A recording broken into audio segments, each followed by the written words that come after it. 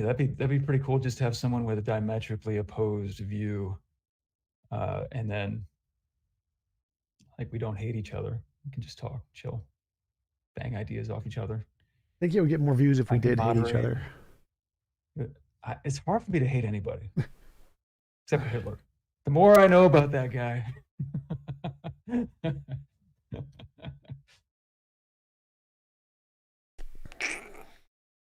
more I just don't like him.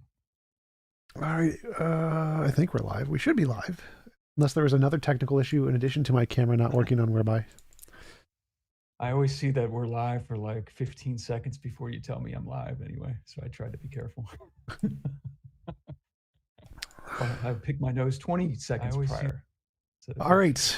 Yes, we are live. So, MJ, thanks for coming on. Appreciate you taking the time to have a conversation with me. Would you mind telling us a little bit about yourself before we get started? A little about myself. Wow. I wasn't even prepared to go there. I am really boring. I try to be funny. You said I was funny in the email, which was actually encouraging. That makes 2 people that ever told me that. That's good. I like that. I try to do the best with what I have, with what I've read. That's about it. I run a YouTube channel called Democracy the Dead. It's just a political idiom for tradition. I think I got that from Chesterton. And, just react to stuff, argue for stuff, admit I'm wrong all the time. That happens a lot more after I'm married, but I just like talking about, I think I got into philosophy when did I get into philosophy? I think like the late 90s. And then I found out a couple times that I was doing it wrong. Like 5 or 6, 7 years. And I'm like, oh no, I don't think I'm doing this right. I'm just reading history of philosophy. I'm not understanding like what's going on when they're actually doing it. It's not cool. Got sidetracked with literature a lot. I don't know. Joined the military 2010. Am I going on too long? That's fine. Okay. Take as much time as you need. Got it on 2016. Started my channel in 2018, I think, 19. Oh, got a bachelor's and master's degree in philosophy. That's probably important. Took a couple classes under Craig. That was pretty cool. Went to Houston Baptist University and Coastal Carolina University. Was going to do the PhD thing, and then I don't really like the academy very much. I feel like just the strictures that they have in different departments I feel like it ties me down at what I want to do. And I got a unique opportunity to kind of pursue different things after my wife agreed to be the breadwinner. And then I could stay home, raise the kids, and pursue stuff on my own, I guess. Cool. And what about you? Can you tell me about yourself? My name is TJump. I sell bathtubs for a living via YouTube. Dude, sweet. Yes. It sounds like Fight Club, actually. My name's Tyler Durden. I sell soap. Yes, I sell the bathtubs along with the chairs to my followers exclusively. You have to subscribe to my channel to get a bathtub. Oh, done. Doing it. Also occasionally do YouTube videos. Occasionally. I think I started watching your videos when I got to Lackland. I think that was 2019. And I was always like, oh my gosh, this guy is like, I spent like all these years reading all these things, and he's like dismissing everything I've read in 2 sentences. This guy's so annoying. And I can't stop watching you. You made that like 8 hour. I'm probably gonna run into a wall. Yeah, you made that like 8 hour critique of my ontological argument. Critique. Oh gosh. Oh no, wait, you had an 8 hour critique? No, that was yours. You made what, 2 videos, both were like 3 hours long or something? Yeah, just rambling. Yeah, that's my excuse. If you thought they were bad. If you thought they were good, it was just really precise reasoning and analysis. See, we would work good together, man. Sure. I swear, let's do it. I'm trying to get more content anyway, so I'd like to do like find more regular kinds of things to do. So I'd definitely be down to do like a show with you once a week or once every 2 weeks or something, whatever works. Awesome. I would love that. And stream it to my channel too, maybe? Make a playlist or something. Let's exclusively stream it to my channel. You have no rights to it. Copyright. Yeah. All right, so let's talk about the ontological thing. So could you give us the ontological argument, premise, conclusion? Yeah, so I'm going to be very modest right now. you already know everything I'm going to say, so I'm going to come at this at a different angle. I think you already know the modal ontological argument, where you just say that conceive of a maximally excellent being, and if you add another excellence in there, which is modal excellence, you have maximal greatness, which is just maximal excellence in all the worlds. I think everything else would follow from that first premise. We have to first establish that that thing is metaphysically possible. And I would say that a parameter for determining that is just that the concept is logically coherent. It doesn't have a logical contradiction, and that the properties are logically composable in their superlative kind of nature. You kind of tweak these concepts to make them the best that they could possibly be, and that's where that maximal part comes from. But I will say this: I am not. It's really hard for me, anyway, personally. I have a weird relationship with the project of natural theology, in that I get frustrated when I hear the criticisms of it. And then when I'm defending it, I sense the flimsiness of the methodologies that are used to motivate the premises. I do. So I sympathize with you on that, because it would be really awesome to have a method, right, that is just as awesome as the empirical methods that the hard sciences use. I would love that. That would be amazing. And when I zoom out and I look at the fact that there's disagreement on what the appropriate methods are for establishing premises and philosophical arguments, it's really hard to set up a meta criteria to adjudicate between different methods, right? Because that's going to assume a certain kind of conception of how to do philosophy and what philosophy is, what its scope is, and what it's for, which gets into different. Oh God, this heater's on. I got to take that off. I will we end have up matching rambling, so please sweatshirts. cut me We off. both got the Under Armour, the gray Under Armour We sweatshirt. got the Under Armour. That thing's good. Gosh, it's just these heaters blowing right on me. The snow finally stopped. So I will say that it's the more I am the ontological argument, the more I see that it's a lot like Quine's criterion of ontological commitment. It's saying basically, if you are on board with the way a particular research project gets up off the ground in terms of being okay with intuition guided premise fishing, I guess you could say. If you're okay with that, and you can motivate that method by the plausibility that you intuit as you latch on to particular cases, rather than having a criterion first, kind of like that Chisholm article, problem of a criterion. It's like, do you go with the method first, or you start with particular cases? It seems to me that if you're on board with that, I think what's implied by going on board with that is that you're going to be ontologically committed to the existence of God. But the thing is, this idea of the transfer of justification, I would say. So the justification that you would have with that conclusion of whatever it is you're ontologically committed to, it has to have at least as much justification as the initial research project has, I would say, the parameters of the research project. And so if you don't think that intuition guided type research projects are even plausible from the get-go, I don't think that that would be persuasive to anybody. The argument as a whole would be persuasive to anybody. So it almost makes me want to go analyze what the nature of research projects are at this point. Not necessarily scientific research projects, but the way like Michael Ray uses it in, I don't know if you've read this book. He's got a certain view of research projects that kind of overlaps with Emir Lakatos's version. The thing about, or Lakatos, he would agree with you that you don't have a degenerative kind of research project if you have these kind of independent theories that are making these novel future testable predictions, and so it makes progress that way.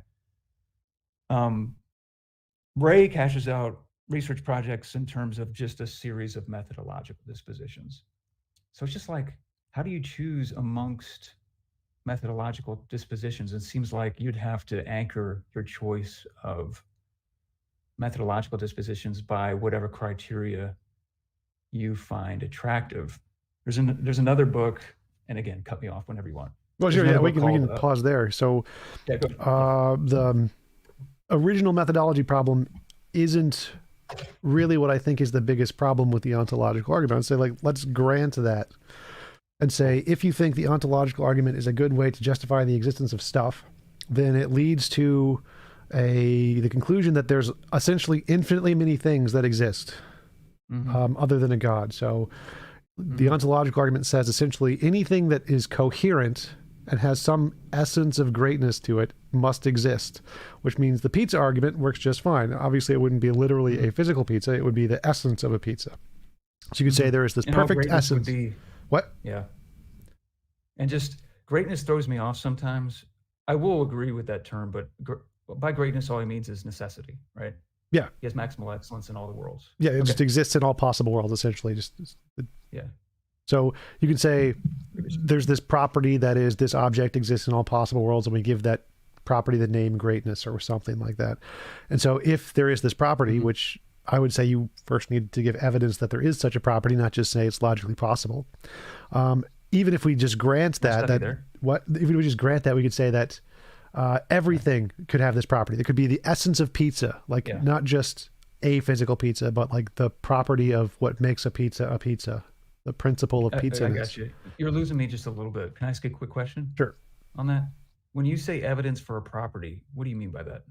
So the property of an object existing in all possible worlds, you have to show that that property is a true property, not just something we've made up in our heads. So, like mass, charge, spin, those are real properties that actually exist. Potato-ness, unicornness, not real properties that actually exist. We can make up properties and say they're possible, but if they are just in our imagination, it doesn't mean they're true. And then could I ask, were you in the middle of a thought? Can I keep asking questions? Yeah, it's fine. Because when I'm listening to your analysis of the ontological argument, it throws me off because I think we're coming at this problem from two different conceptual schemes. So I want to get on the same page as you, and I want to use the concepts the same way you are, so I can see the world the way you see it. And try to sympathize with this, because it's really hard to twist my mind in the way that you see the world, to be completely honest. And I want to be as sympathetic as possible here. When you say, or maybe my mind's already twisted, when you say that a property, would you make a distinction between an imaginary property and a property that exists in a possible world? Possible world? No. Yeah. Actual world, yes. Neither would I. Oh, say it again? Actual world, yes. Right. Yes. Perfect. Okay. So I feel like when I do agree that at the beginning stages of the argument, I'm conceiving of a concept. And I'm not yet at the point, epistemically speaking, like in terms of, you've heard of informative identity, probably, right? Where like the content of the concept is already latent within the concept of self, and it takes time for our minds to kind of analyze it and see what all the entailment relations are between the different kinds of content within the concept. Does that make sense? I don't want to go on if it doesn't. Like, I don't know. I'm trying to think of an example. How does it relate to the argument? So, yeah, so it relates to the argument. So I would say I would agree with you that I start off at just admitting that where I'm at epistemically would agree with what you're saying, with the property being at this point imaginary. Yep. That just grant that this property is possibly exemplified, right? The reason why I start there, and this is where my mind goes next. The reason these are the two options my mind presents to me. I don't think it either admits all these things into my ontology, these infinite amount of things, only if these things are possibly exemplified. Or these candidate things that would be admitted into my ontology are impossible.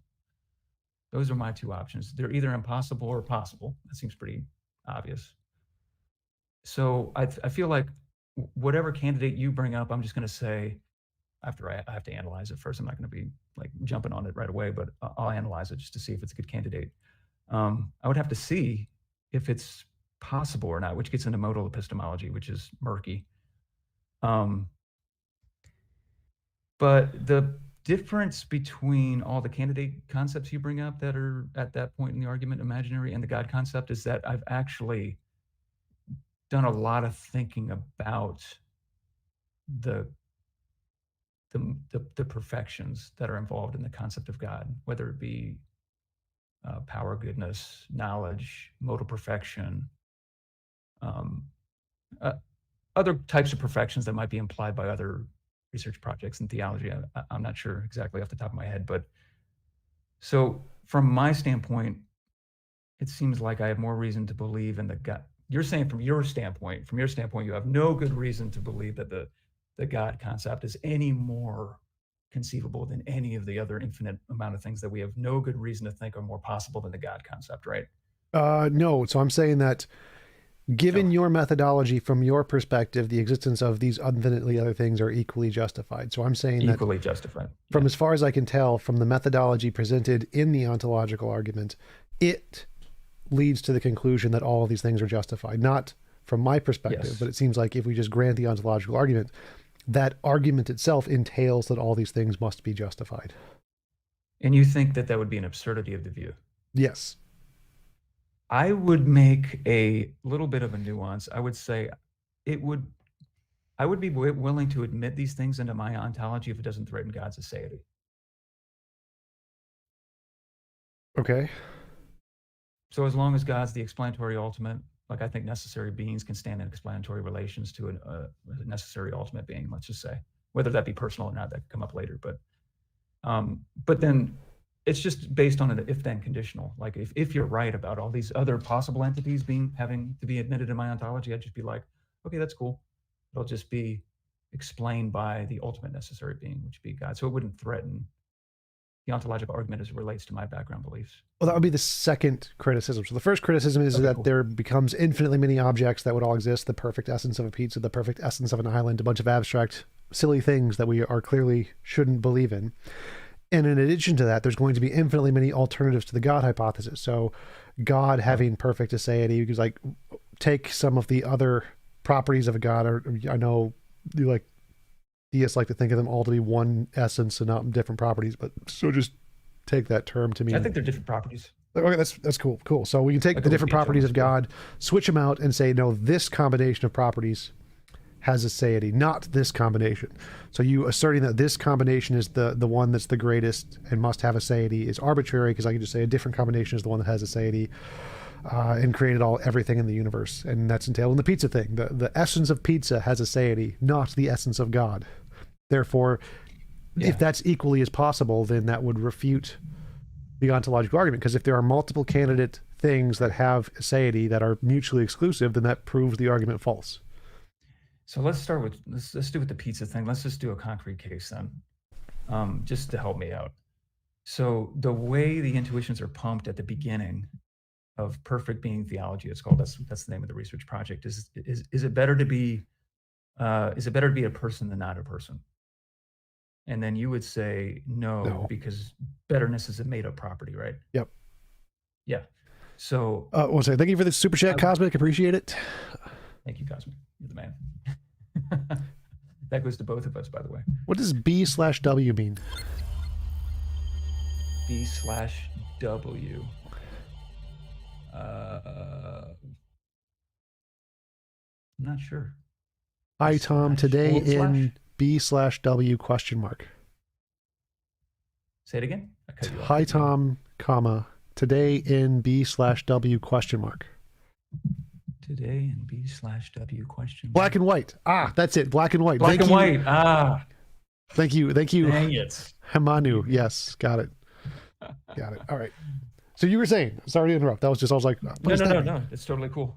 This is perfect, because I think a lot of people waste time, honestly. I don't interpret these natural theological arguments as like magical, like you're just confronted with just the brilliance of the argument and it overwhelms you rationally and all this stuff.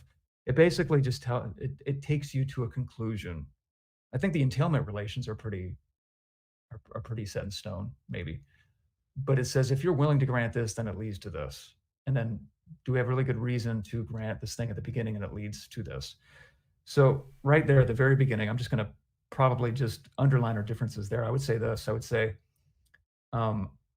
it seems to me more like, and this is this methodology is in, there's a really good book. It's called The Cambridge Companion to Philosophical Methodology. There's a bunch of different methods that are discussed in there.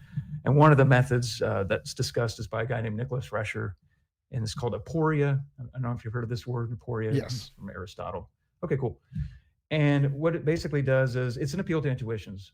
And you can actually appropriate empirical methods too when you're adjudicating propositions that can't be all true at the same time and you're doing some kind of cost-benefit analysis. But I would just say, do I have more reason to think that being a person is better than not being a person than I do any premise in a philosophical argument leading to the conclusion that would undercut why I would think better is an imaginary property rather than a real property?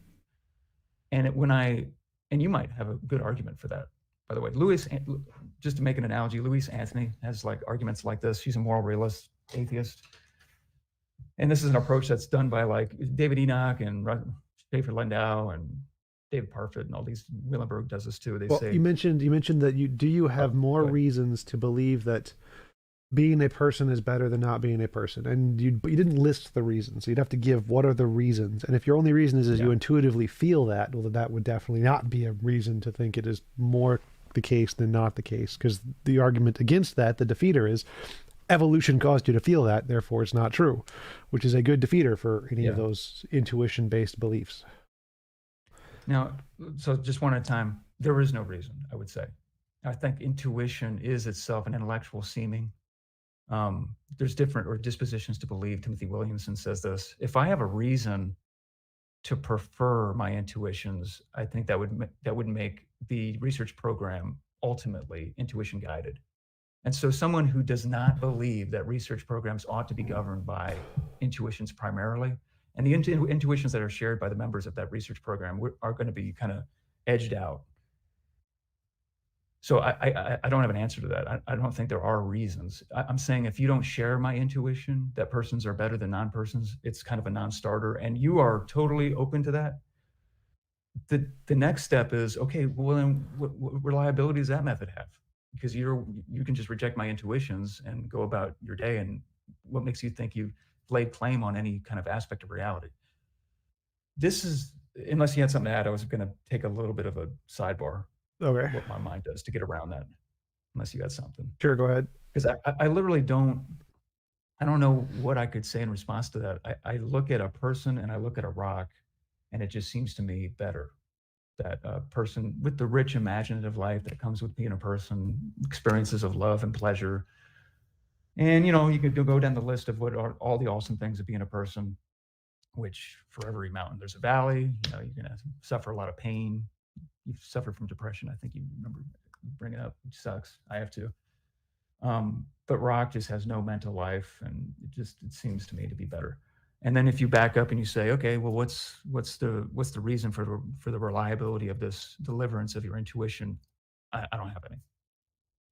It's just completely. I look at the case like Chisholm does with particular cases, and I just say, when I look at the case, it just seems to me intuitive that that's the case, and I have more reason to think that that's the case, that the deliverance of the intuition is the way the intuition is presenting it to me, than I would for whatever it is you said about evolution, which I would like to explore with you, because I think that's important, because you were saying that the evolutionary story would undermine the reliability of the intuition and make it about survival or reproductive fitness rather than about truth or something, maybe. Yeah. So I'd say that the evolution acts as a defeater in that we all have more reason to believe that those sensations, that a brick is not as good as a pizza with toppings on it. Like if we had the two, I get a feeling that the sausage and pepperoni pizza is better than the brick. But that's just a feeling because I like pizza. So it is not that there's objectively a truth value there to one is greater in the universe than another. It's just evolution has caused me to like this combination of properties more than this combination of properties.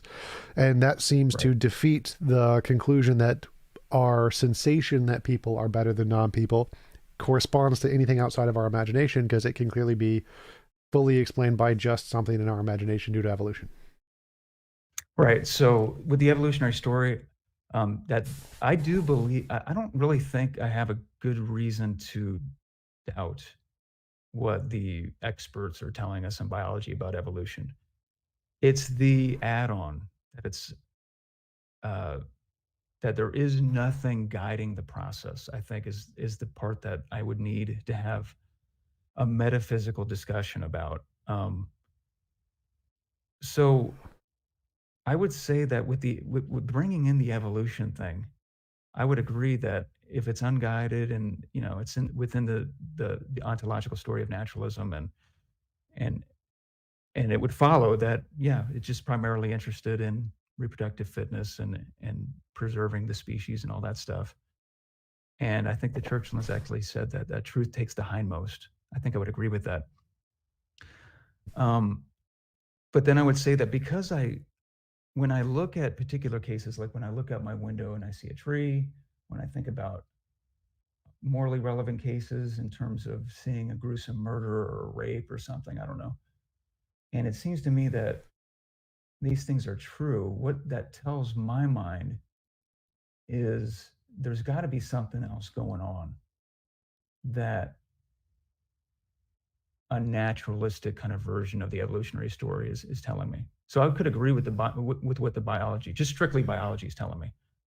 But it's the naturalistic add-on that I think that would be undercut by my seemings. That's about it. Okay, that seems like, to me, when we look at the biological data and we look at all the scientific data, there's no evidence that indicates it's guided by anything. There's nothing anywhere in science that indicates that. And so until you have more than just your seemings to indicate that's the case, then the conclusion that is justified is that is not the case. See, this is another wall I run into. So there's this other issue in metaphilosophy. There's this issue that the metaphilosophers talk about. They talk about this thing called evidence neutrality. I'm not sure what to make of this, but there's certain views of this that seem persuasive to me. It seems to me that what you think is evidence is going to be influenced by what you think philosophy is. So depending on how you conceive of the philosophical project is going to depend on how you conceive of what evidence actually is. And I'm conceiving evidence differently than you. You conceive of evidence in terms of, does it adjudicate between imagination and reality in terms of future novel testable predictions? And I say my research project actually appropriates that. I have no problem with that. I would label myself a methodological particularist or a methodological pluralist. I would say, let's look at the domain we're studying, let's look at the subject matter that we're studying, and then tailor the method that's appropriate to the domain. And I think there's a lot to be said that for the view that there's been a lot of trespassing from pseudoscience and religion onto the domain that the hard sciences are meant to study. I agree with that. And the more that's pushed back against, the more lends credence to an optimistic kind of induction that science is going to take care of everything, right? My research project conceives of that in terms of like an ice sculpture, because I think that there are different kinds of domains that are accessible to different kinds of methods. And to gauge the success of one method by how far it measures up to the success of another method relative to another domain, I think that would be guilty of imposing on that criteria methodological constriction that wouldn't be warranted by the kinds of things that you'd be studying relative to the kind of method you would use to study it. Sure. That's something. Seemings are fine relative to some projects, but horrible. Like I wouldn't use my seemings when you look at the sky, it looks like the sun's going around the earth, right? It seems to me to be the case, and that all seemings are defeasible. They can be overturned by scientific progress. Awesome. I love the march of science. I love the progress of science. But I think that there are domains of study that are significantly not like that. They're not making claims about the natural world. They're making claims about something that's not a part of the natural world. And so the methods that are appropriate for that domain seem to me to be appropriate, not empirical methods for non-natural domains. Sure, I hear that a lot. The fact that the methodology I'm choosing wouldn't apply to this field, this other field. But I think that evades the actual point, because the point here is that we have a method that successfully differentiates imagination from reality. That's science. Now, you present some other field that says, well, this can't be adjudicated by science. Well, okay, that's fine. But that's not evidence it's true. You still need to provide some other methodology that's equivalent to science, that to differentiate imagination from reality to show it's real. Saying that Right. science doesn't apply isn't evidence for it being the case. It just means here is a tool that cannot provide evidence for it. So the claim that you need something like science isn't specifically saying you need only science. It's just you need something equivalent to differentiate its imagination from reality. And so it doesn't really address the question to say, well, it's a different domain. Well, you still have to provide something. And I'm willing act to as admit you're science. onto something. I'm trying to follow it. So when you conceptualize evidence, when you understand the concept of evidence relative to this other method that we're going to put on the table, like to say, like, let's try out this method when it comes to this other domain that doesn't overlap with the domain that the empirical methods study. When you're saying that that method is not evidence, how are you conceptualizing evidence in that domain? Anything that can differentiate imagination from reality. Agreed. I would agree with that. Like when I use my intellectual seemings to look at, like, let's say the wrongness of rape, I would say that it's not merely imaginary, that rape is wrong. But that wouldn't be evidence, that because that's the only way to verify that is through your seeming. So you would need to be able to test your seemings against But you see what he something. did? What? But see, this is, I see what you're doing. That's okay. I just can't. It seems like you're gauging the success of my candidate method by how it measures up to how your concept of evidence operates in the domain of the natural world and how your empirical methods operate in relation to the natural world. And I'm saying, no, it's a different method. So the criteria of success for my method is going to be different. But you're saying, it seems like you're disqualifying my method because it's not measuring up to how the method of the sciences succeed. Well, so it's hard that, for me to, like, if I come up with a new method to discover prime numbers or something, and I say, I shake a magic 8-ball and it That's just bad. gives me a number and says, this is a prime number. My method is the magic 8-ball. Shake the magic 8-ball and it gives me a prime number. Well, in order to know it works, you have to independently verify that those are prime numbers. You can't just trust the 8-ball. Say, well, you see it works. You see, I'll shake it and say, gave me a number, so it must work. You're like, no, you have to verify it independently of the 8-ball to confirm that it works. So in order, if you present this new method of your intuition and your seemings, and you say it about something that we can't verify in any other way, that's like shaking the 8-ball and saying the 8-ball works because the 8-ball gave you a number. It's circular. So you would need something else to compare it to know that it works in general. So like if I said I have a new method of 8-ball and I can compare it to science and say if it gives me a prime number, I can test it against math, like, yep, that's a prime number, shake it, yep, that's a prime number, then that's good evidence the 8-ball works. And so now if it gives me something else outside of what math can test, now we have good reason to believe it because it was right in all of the other cases. So in order for you to provide evidence of this new method, you would have to be able to compare its success rate to things we can verify in an independent way, like science. So since we have a successful way called science, we have a big data set that you can try your new method against and say, well, does your new method give us the accurate data in any scientific method, any scientific way? And if it does, then we can start to trust it on the non-scientific ways. But if we have no way to independently verify its success rate other than its own say-so, well, then that's not evidence of it being successful. I hear what you're saying. I still feel like near the end there, it's hard for me. Let me see if I can repeat back to you what you just said, so I'm understanding what you're saying. Here we have this thing called intuition, which could be Beeler's intellectual seemings, dispositions to believe, Williamson, whatever. And it seems like these are bedrock when it comes to epistemically latching onto the plausibility of certain claims. The reliability of that method of intuition needs to be tested, right? Yes. Okay, this is where just so I can follow you here. Tested in what way? Empirically? In any way that you can differentiate imagination from reality. So it's, if you can test one method and show that it works with a different successful method, that's a confirmation that the method works. So you need to just test it against something else that we think is successful. Empirical science is something we do think is successful. So if you can use your intuitions to indicate the same facts that science indicates, that's a good indication that your intuitions are telling us something about reality. So let me go with the first half. So the second half, that would be awesome, and that happens all the time. When the domain of philosophy overlaps with science, and science is contradicting philosophical intuitions, the philosophers need to change their intuitions. That part I agree with, big time. It's the first half that I'm having trouble following.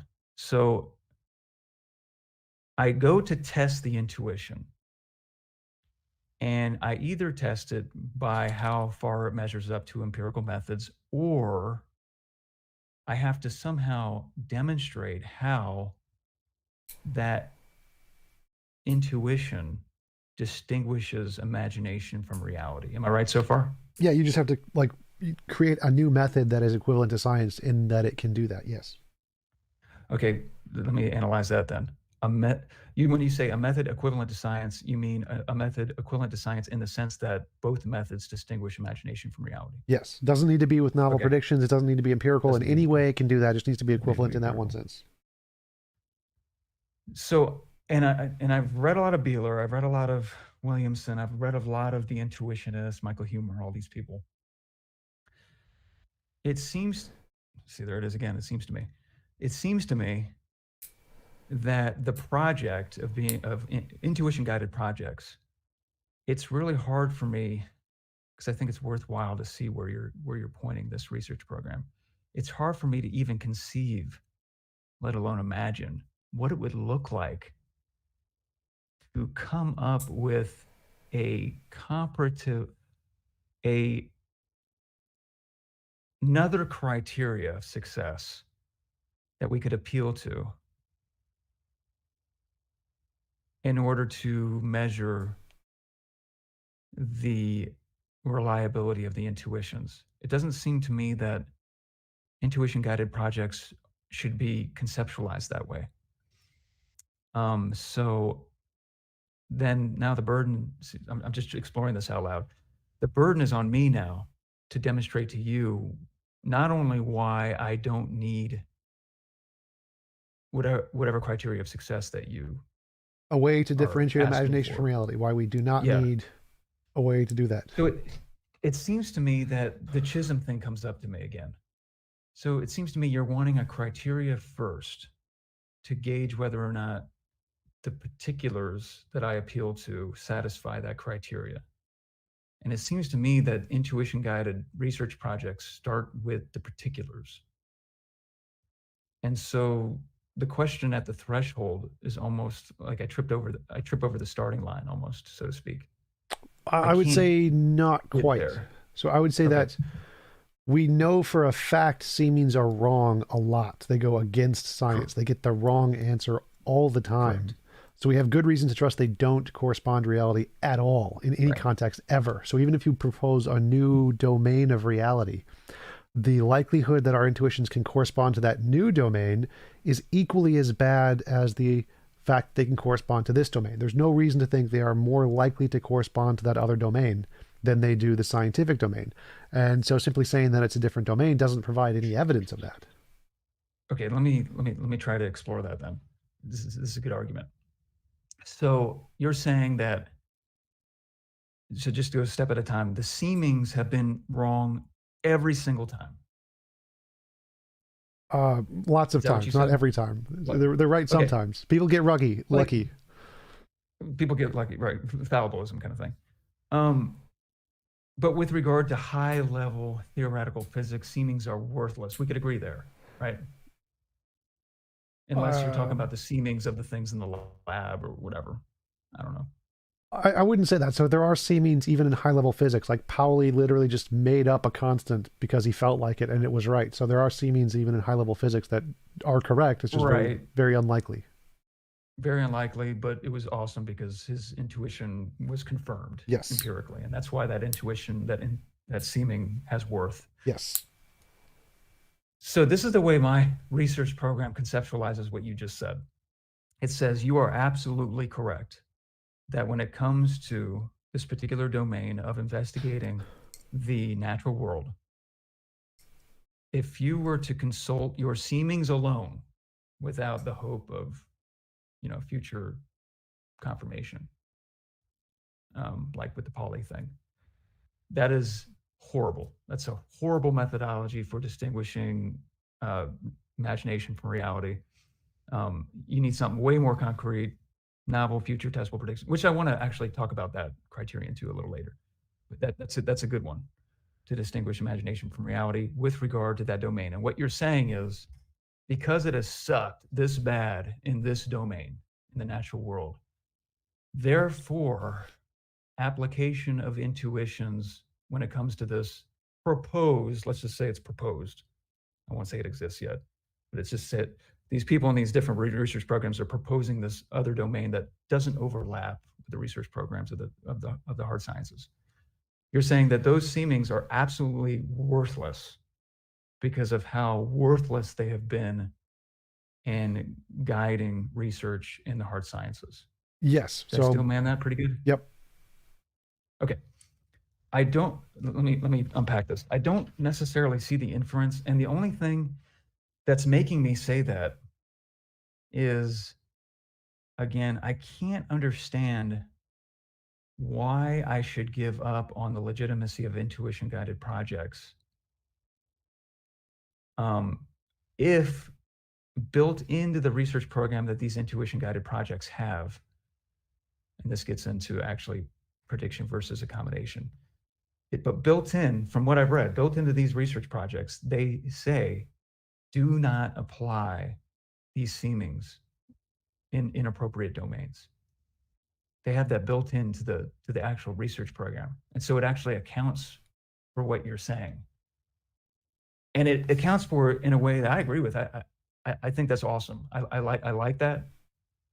But the only reason I'm going to bring it up is if it's built into the research program, I don't understand how you can make the inference that because it sucks so bad in this domain, it would suck in this other domain if the domain is actually an existent area of methodological research or whatever. Well, because we know that is what? Oh, I just said under my breath, I'm just losing me on the inference.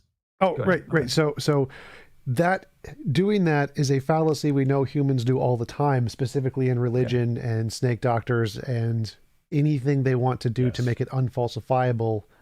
Applying that property of saying it doesn't apply to this domain, so don't test it in reality. You gotta trust. You gotta have faith. You gotta have faith in the method. We know that methodology is fallacious. That leads to infinitely many false conclusions. So accepting that methodology is itself, reductio ad absurdum. It leads to absurdity. So we can't accept that method. Just saying. Would you say it's ad hoc too? Maybe, I don't know. I mean, it depends. Would you make a distinction between pseudosciences and non-sciences? Yes. I've seen this distinction before. Like I'm sorry, pseudosciences and soft sciences. Yes. And how do you conceive of philosophy? Do you think it's a soft science? It's a soft science? You think it's a soft science or humanity? I've seen both. Yeah, like philosophy. I agree with both. Like I'd say philosophy can make things that correspond to reality, like logic, like math, politics, economics, sociology. You can do things that correspond to reality, and so that's perfectly fine.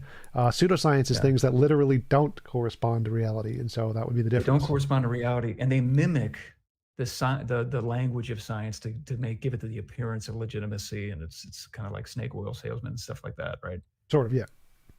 Yeah.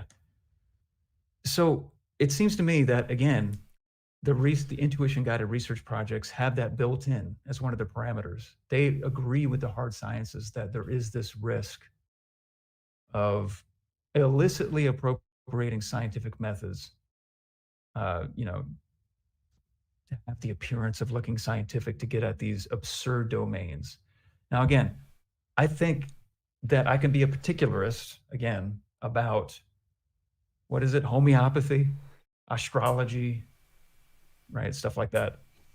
And I can say, yeah, those are ridiculous, right? Because we share background beliefs with regard to astrology, homeopathy. What was the other things you brought up? What are some absurd things? Dowsing, Dowsing, the chi energy, kai, Reiki, crystal healings. Crystal healings. Prayer These are horrible. These are horrible. it seems to me that there is a difference between those domains and the domain of the particular things that you could discover in any kind of metaphysics book, an introduction to metaphysics, like the nature of time, nature of free will, persistence conditions of individuals, nature of consciousness, all this stuff, which may or may not have to be taken over by the sciences. I'm not sure yet. I think that philosophy of mind needs to take it easy a little bit. I think there needs to be a little more deference to science in those areas. But it seems to me that there is a distinction between those domains and the prima facie kind of legitimacy that they have as compared to homeopathy and all those other things that we listed. And so if I have intuition guidance with regard to the ones that seem to me legitimate, as opposed to these other things that you were trying to compare those domains with, I don't know if I could convince you that they're not just like those domains, but I could like reassure you in a kind of meta way that we're aware of how absurd those are, and we think that intuition guided research projects with regard to homeopathy are a waste of time. Well, yeah, I mean, there's definitely a difference there. One is that, like in metaphysics, they're trying to explain why they think the stuff we see is happening, whereas astrology, they're trying to explain it and then do things in the world with it. So the difference there is that the philosophers in metaphysics admit they have no idea what they're talking about. They're just making stuff up. We don't know. This is what we think it is. And they all think different things. They don't all agree on anything. They're all like, this, no, this, no, this. Yeah. And so they're essentially just making up what they think possible explanations are. And there isn't any evidence for any of those. You couldn't be like, I like this one better because of this. Like, no, it's just made up. Science will tell you the answer. You don't get to make up a better answer because you think of it. And so that would be the difference, is that, like, astrology, you could say, if they were trying to explain something but didn't actually make predictions which were testable and weren't literally self-contradictory, then they could be a legitimate metaphysics too. They could say, I think it's caused by Zeus. Zeus does time. Zeus is the time thing. And that would be equally as legitimate as most metaphysics of time, from my perspective. How dare you? So I guess I just conceptualize the interface between the disciplines a little differently. Like, I do think it's helpful to have a model of interdisciplinary interface. I do. And I do think there's overlapping magisteria between what metaphysics studies and what the hard sciences study, which is like the source of the friction.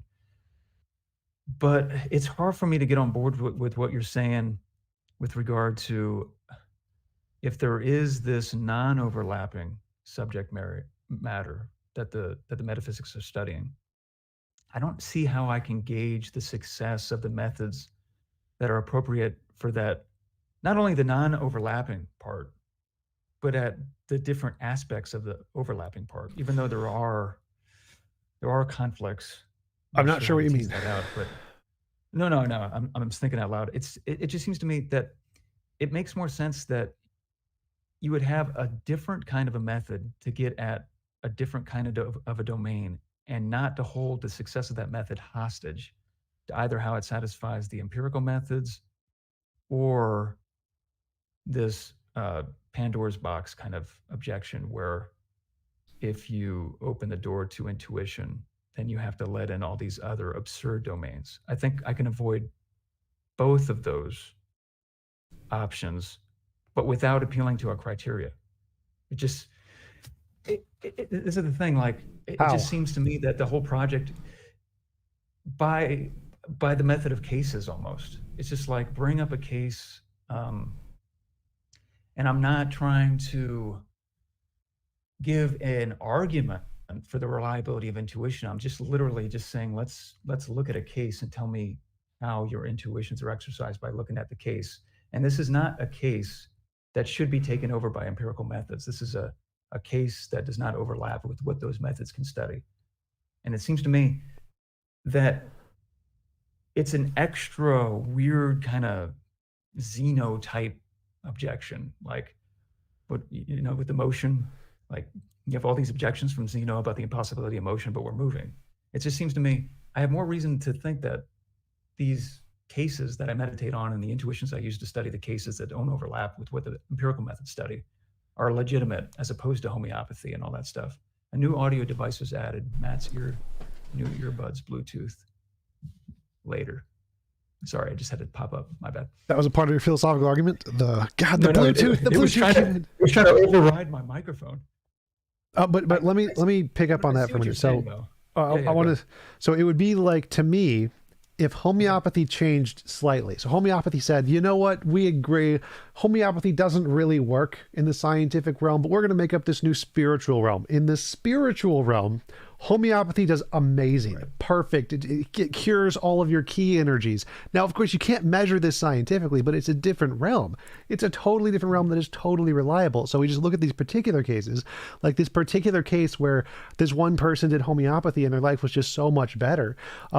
Therefore, we should totally trust homeopathy works in this completely new ontology of the spiritual key realm, because that's to me is synonymous to what you're saying. You have this methodology which we know fails consistently in the real world. And you're saying, okay, I'm going to make up an entirely new world where it works, and it works really well, and we should trust it. And the reason we should trust it is because there are these particular examples that I feel it worked for the reasons I think it worked. No, I see what you're saying. I wouldn't call it a different world, though. I would call it a different aspect of the same world. Those would be synonymous. So in different ontologies, synonymous, right? Would make a difference to the argument. I see what you're saying.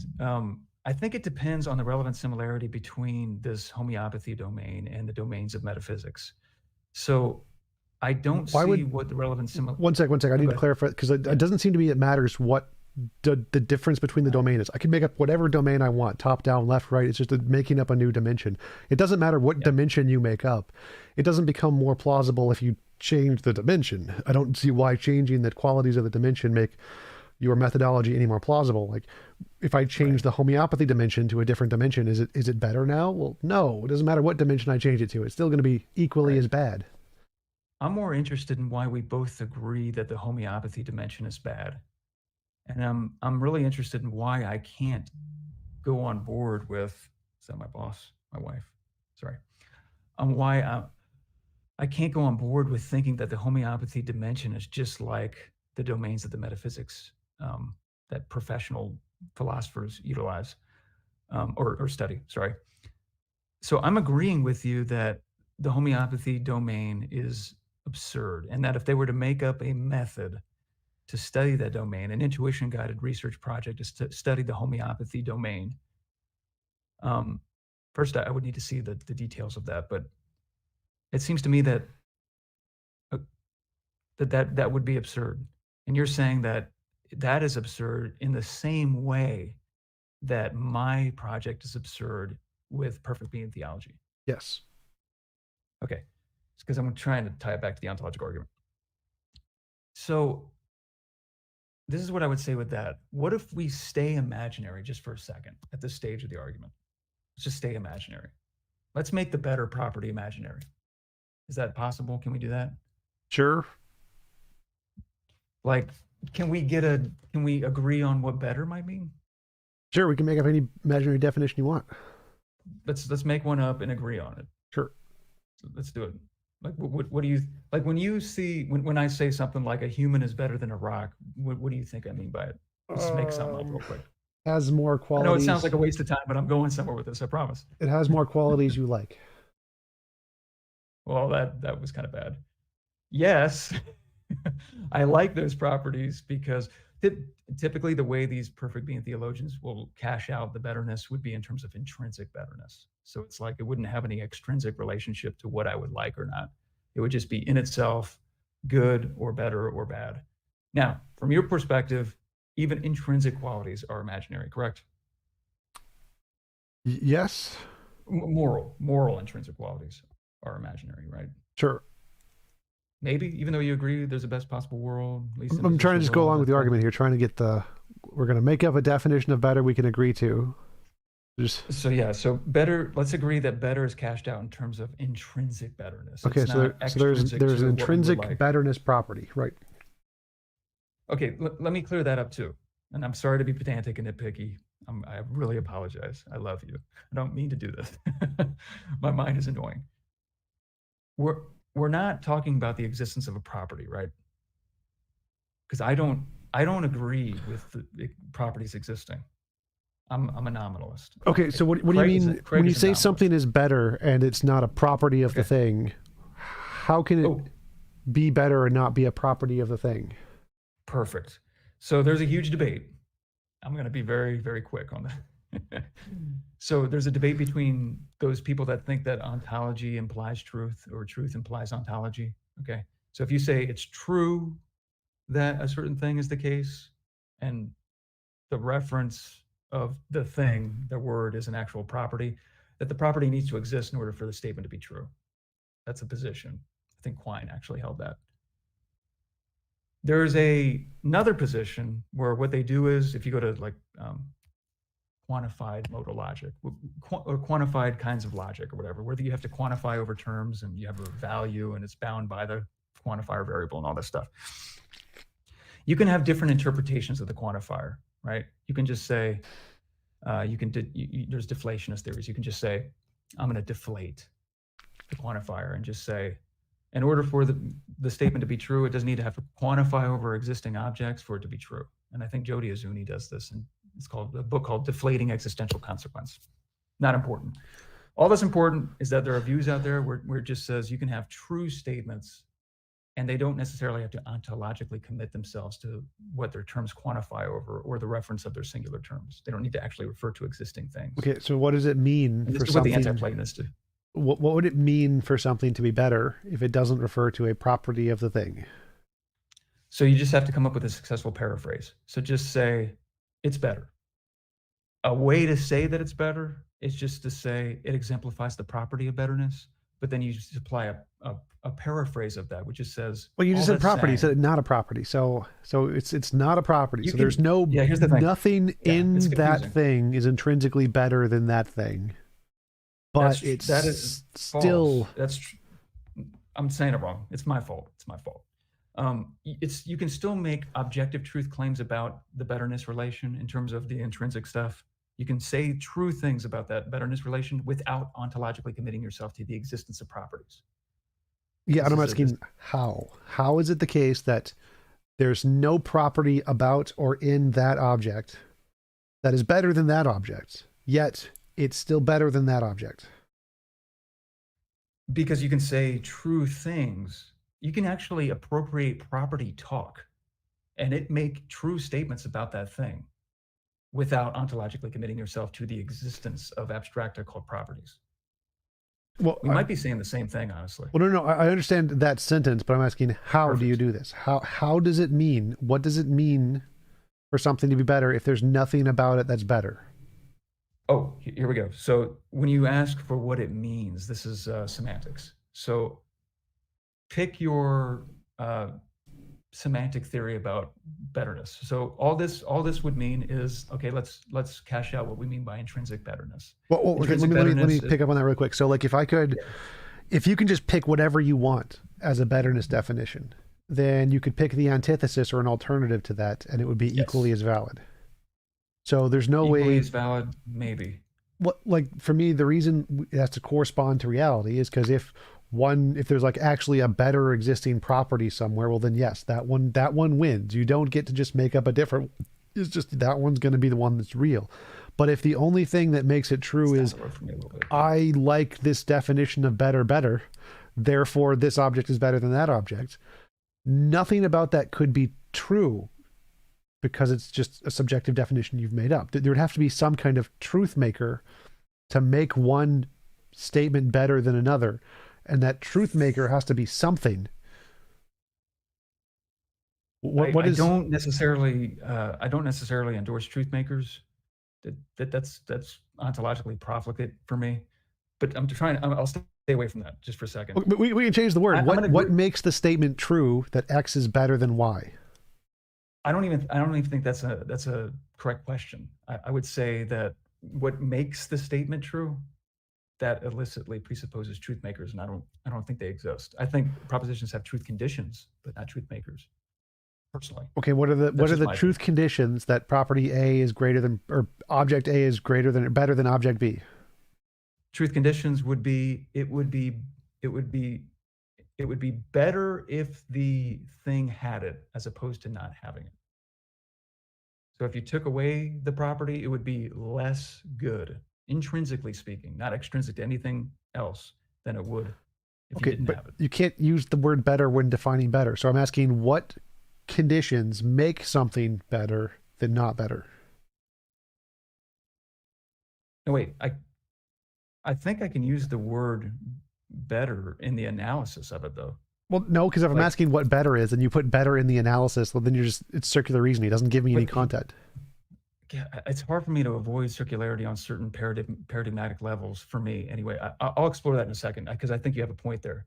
But let me kind of unpack why I'm bumping into a wall here. I think when it comes to explanatory issues, we all have an explanatory ultimate.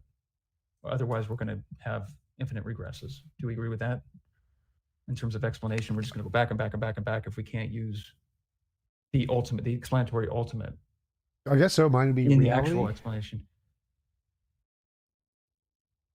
It'd be an aspect of reality. I think that's Right, true. like obviously not like all of reality is the ultimate thing. So yes, some part of reality. There'd be reality, the Some part essence of reality. Yeah, but when you latch onto this word better, I think this is like a semantic bedrock thing for me. So there's things called unanalyzable primitives, where you can't analyze it in terms of anything more primitive than the actual thing we're trying to conceptualize. And so when we're at the bottom, like what G.E. Moore says about the good, some people think you can analyze it, in a more primitive way. Others don't, but it's just like an example. Like with betterness, for me, that seems like an unanalyzable primitive to me. I really can't do it. I can't conceive of anything more fundamental. But Okay, I think I how can is get an that? inkling of what it means, though, when I say that it's better if the thing had it than if it didn't have it. Well, so So how is that different from again, homeopathy or voodoo here? So they say it's an oh, unanalyzable principle. It is what it is. I don't really know a lot about homeopathy, honestly. I really don't. So, like, do you know anything in particular that they believe so I can compare Homeopathy it? is the principle that water has memory, and that if you drink water that has the right memory, it can do stuff in your body. Right. But so if they say Okay. the essence of homeopathy is something that is fundamental, and I ask, well, how would you show that this water has this memory as opposed to this memory? And they say, oh, well, it's just a part of the memory. Well, and then it's, well, what do you mean by that? And they're like, well, no, it's a primitive. It's a primitive. How is that different? Oh, it wouldn't be different at all. I don't see why it would be different. But I would dispute whether or not it's a primitive. It seems more obvious to me that betterness would be a primitive than water. But I'd have to dialogue with them to see why Memory, they the think memory water's of primitive. water memory. So it's not the Memory water, of it's the water. memory of water.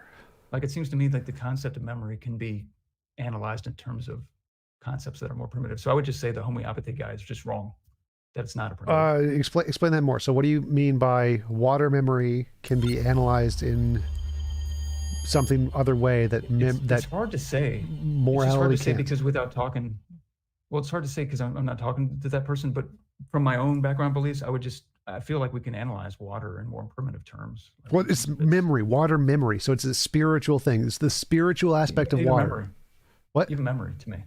Memory seems like a conceptually rich kind of concept. It Okay, seems how's like we that can break different that from down into good? more. What is the difference there?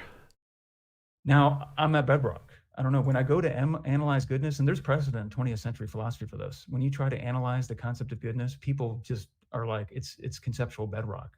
When you try to analyze it in Well, terms of something else, start with the memory. So memory is not conceptual yeah. bedrock because.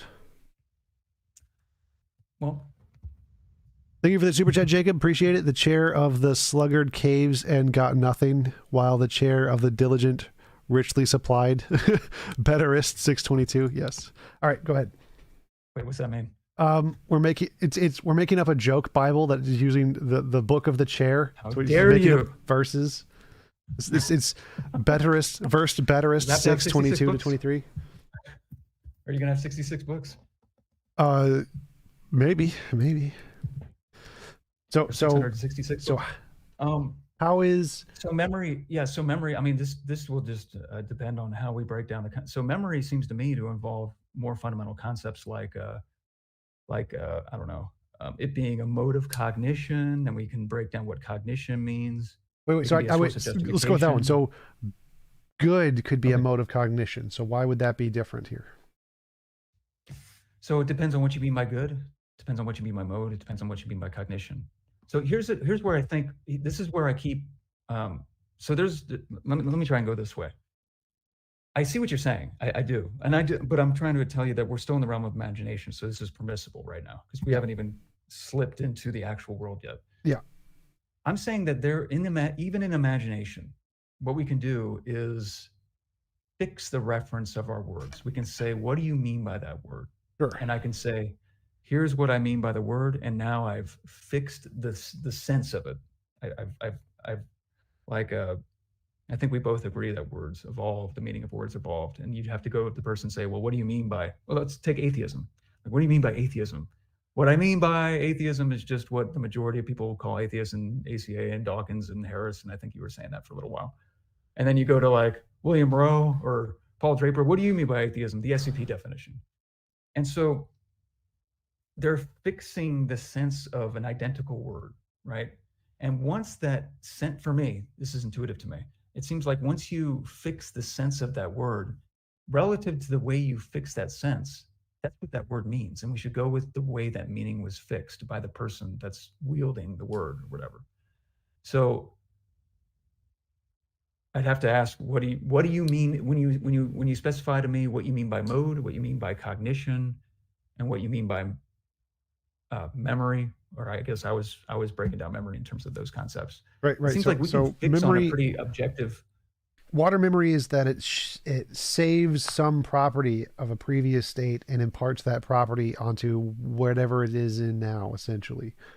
That's what we just call that memory. Okay.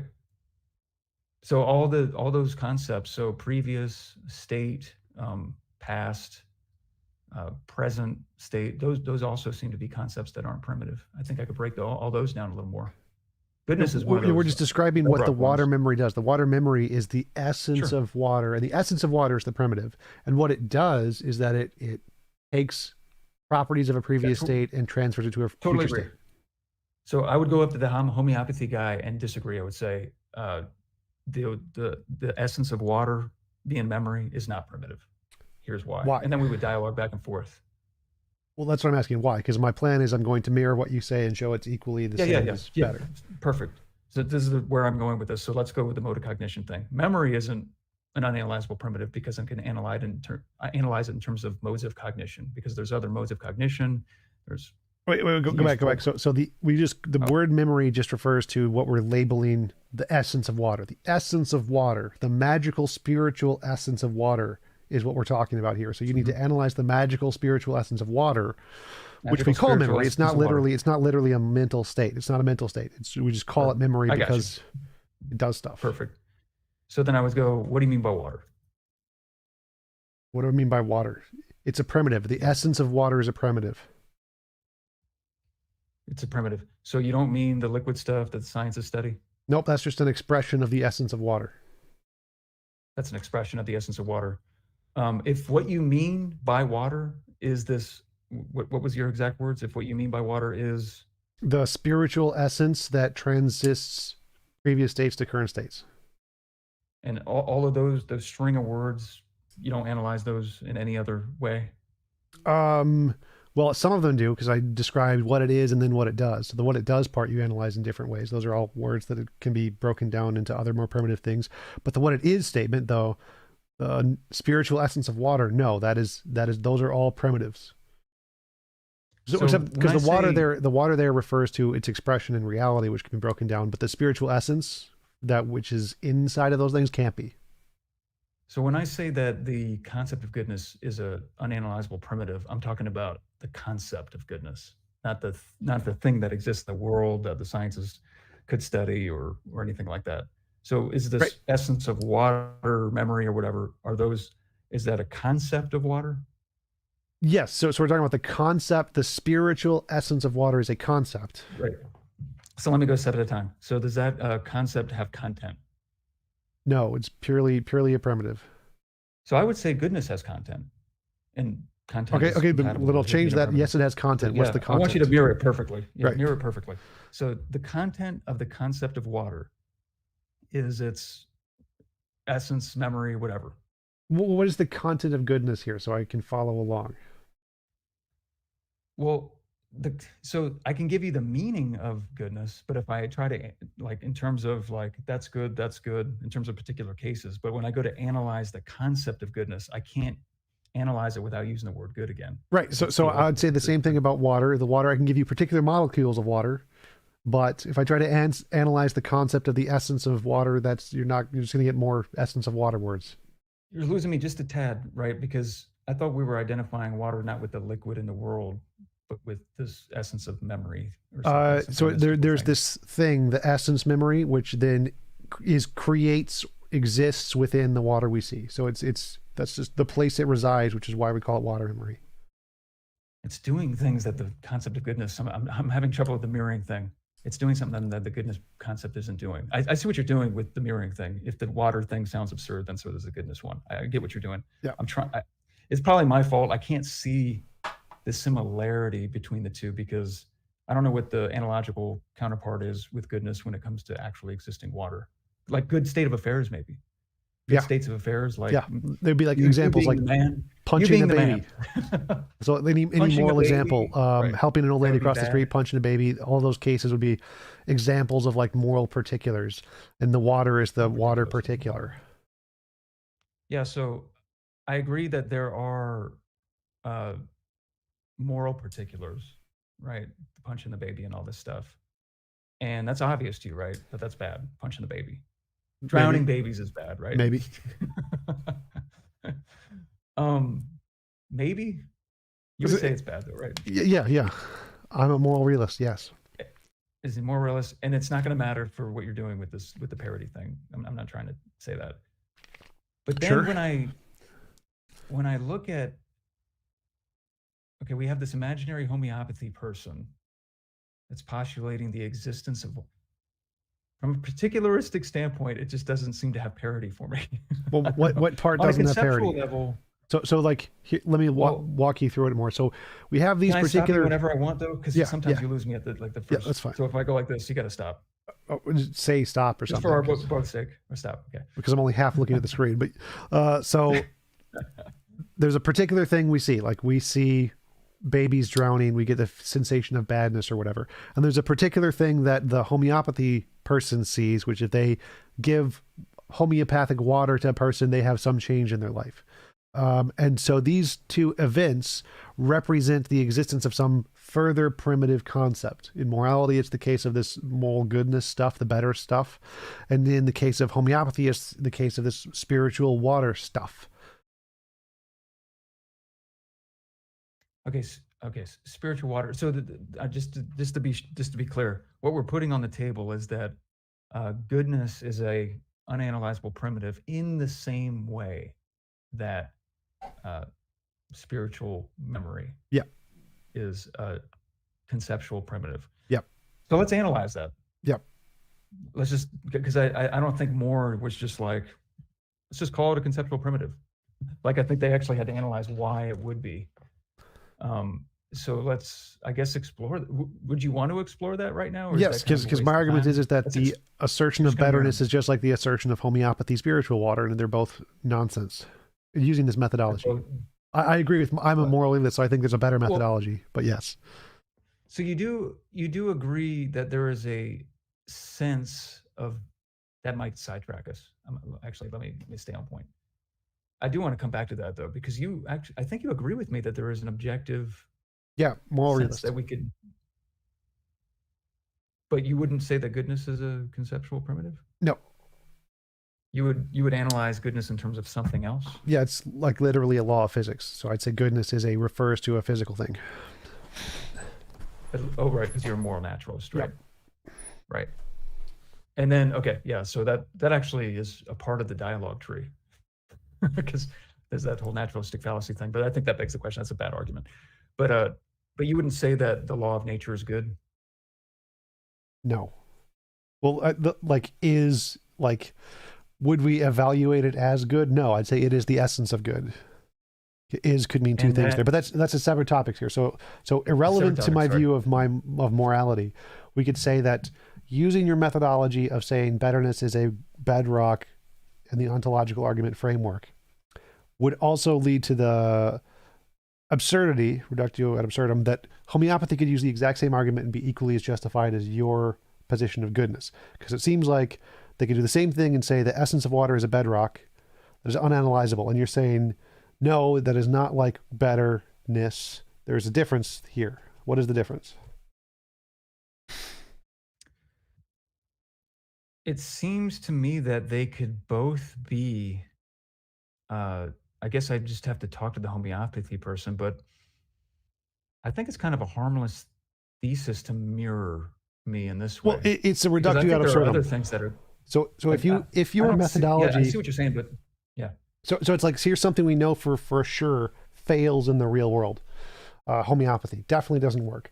And definitely if doesn't work. I agree. your methodology of positing this new ontology and saying, in this new realm, my new posited ontology works just fine, even though it fails everywhere in scientific realm.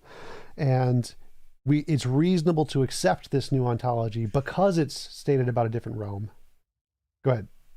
You can just stop. You don't have to raise your hand. I'm in your house right now, man. So that lost me just a little bit, because when you say fail in the real world, it loses me just a little bit, because we both agreed that in the real world there are such things as good particulars, right? But you're talking about the I'm method. talking You're about the methodology, the intuition methodology, Right. using intuitions, not betterness itself. Like intuitions can be right, like Pauli and the mathematics, but intuitions are mostly wrong. So using intuitions as a basis to come into a Okay. justification. Real quick. Go ahead. So I was willing. Let's stay in imagination. I want to stay in this imaginary world. I don't even want to get to reality yet. We were right. I was Is just that okay? addressing what you previously said. Like you weren't seeing the difference between homeopathy particular and things. betterment, or you weren't seeing the similarity. You weren't seeing how I was trying to parody the argument. And I guess what I'm saying is I'd be willing to listen to the homeopathy person and listen to how they're fixing the senses of their concepts. And okay. if they have unanalyzable primitives in some of the concepts that they use, okay.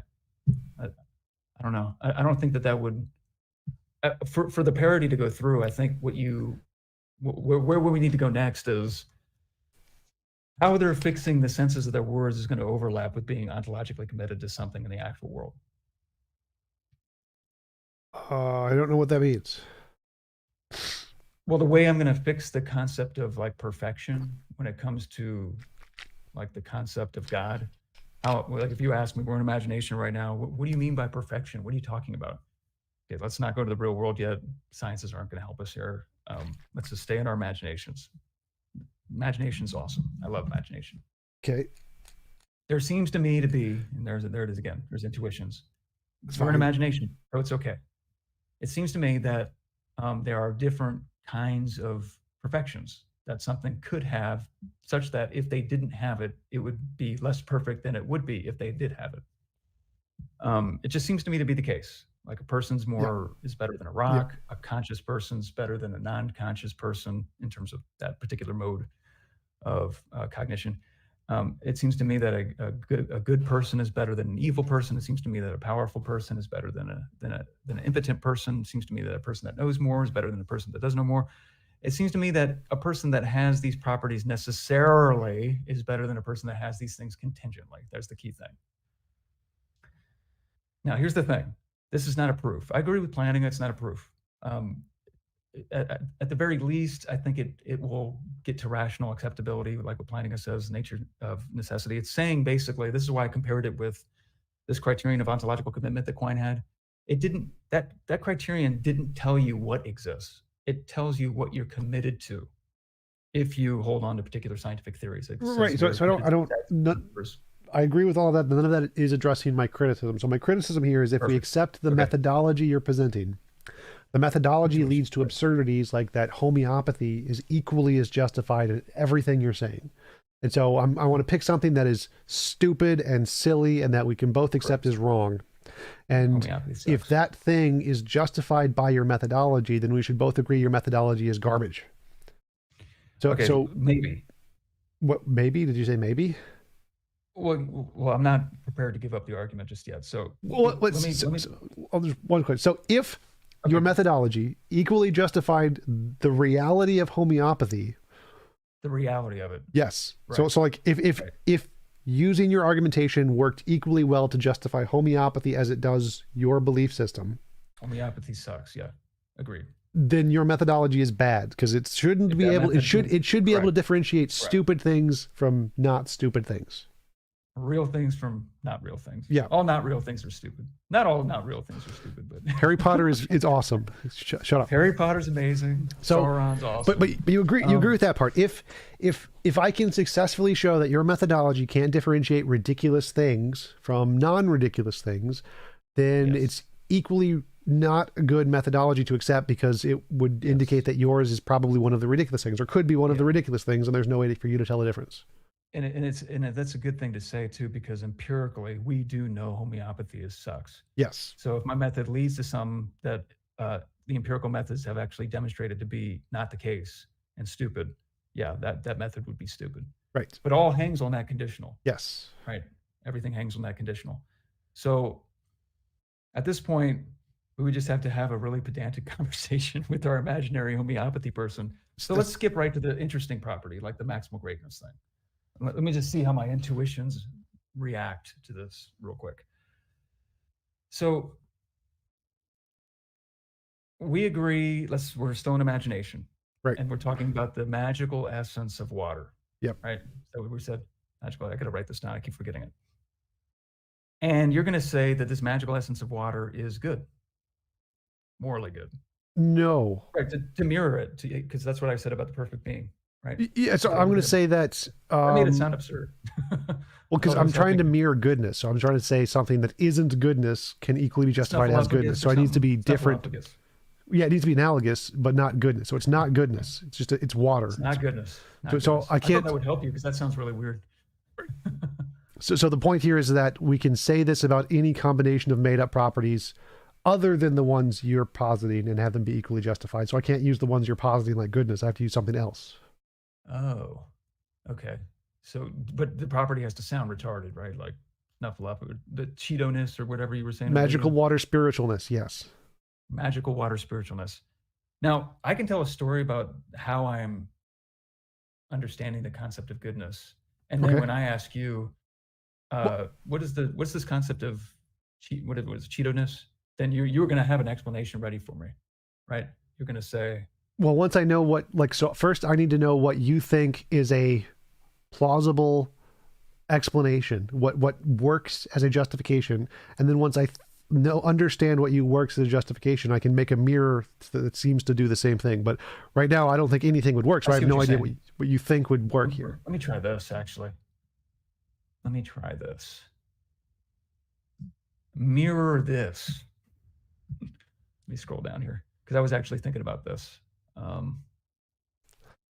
What is the symmetry breaker here? So would we agree that there are existing research projects that analyze the concept of goodness and how it plays a role in not just meta-ethics, but normative ethics, applied ethics, and perfect being theology? Are there people who study it? Yes, just like homeopathy. Right, and the people that study it are members of a research program, right? Yes. Now you said there are people that are members of research programs that study homeopathy, right? Yes. And there's a Flat Earth Society, all that stuff. Yes. And what universities hire these people? What difference does that make? Okay, so this is a defeasible intuition. It seems to me that if a university dedicates a particular department to an area of study, it's lending it a certain degree of legitimacy that it wouldn't otherwise lend to. I love these faces; these are great. I like that. Theology is a thing taught in colleges. It is garbage. Well, it depends on the context, though, right? Like, so there is a theology department. Feminist gender studies is a thing taught in colleges. Critical race theory is a thing taught in colleges. Colleges are stupid. Art history, stupid. You're absolutely correct. You're totally correct. It depends on, like, for me, it depends on the context in which those departments are admitted into their curriculum. But I just want to clarify. So it seems like you're saying that the difference here between homeopathy I might be and giving it up. That's actually a good objection. okay, I might be giving that up. But just hear me out, though. sure. Like, do you think that there is a distinction with a difference that can be made by intelligent men, like what Buckley says in his debate with Chomsky, between like the metaphysics department and what they do and the precedent that they have at the university in the Western world, and how what everyone admits to be pseudosciences, right? Like homeopathy and astrology. Like, it just seems, as a particularistic way of looking at it, just seems to me to be different and have different degrees of legitimacy. Right. There's lots of differences. They're not the same, but this case is the same. So this methodology that you're proposing is the same with both. It's not the only thing. There's lots of other differences, but this one is the same.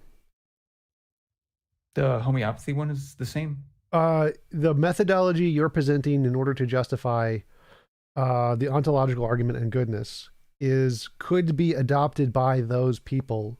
They obviously don't think about it to this degree, but it would work for both. So this methodology would be the same. Right. Now, it's not the only thing. This wouldn't be saying the entire field of philosophy and metaphysics is equivalent to homeopathy. This is just saying this one aspect of the field of metaphysics, this ontological goodness, ground-making intuition thingy, is the same in both.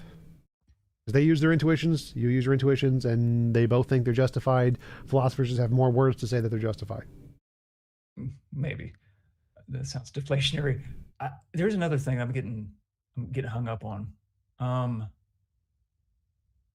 Even within the realm of metaphysics and philosophy, you have clashes between different philosophers that believe different things that are both members of the research program that are guided by their intuitions, right?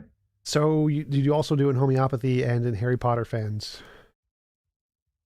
Oh, right. That's fine. I'm gonna zoom into the philosophy part just real quick. Would you say it's impossible for the people just within that particular domain to have knowledge of anything because of the fact that their intuitions are clashing? Depends on how you define that they're studying. Depends on how you define knowledge. In that case, I would say that there is no way to adjudicate which one is right. They're all just making shit up. And the reason why there's no way to adjudicate, let me say it like this, a good indicator for the fact that there's no way of adjudicating who is right or wrong is persistent disagreement in the field. No, I wouldn't say that.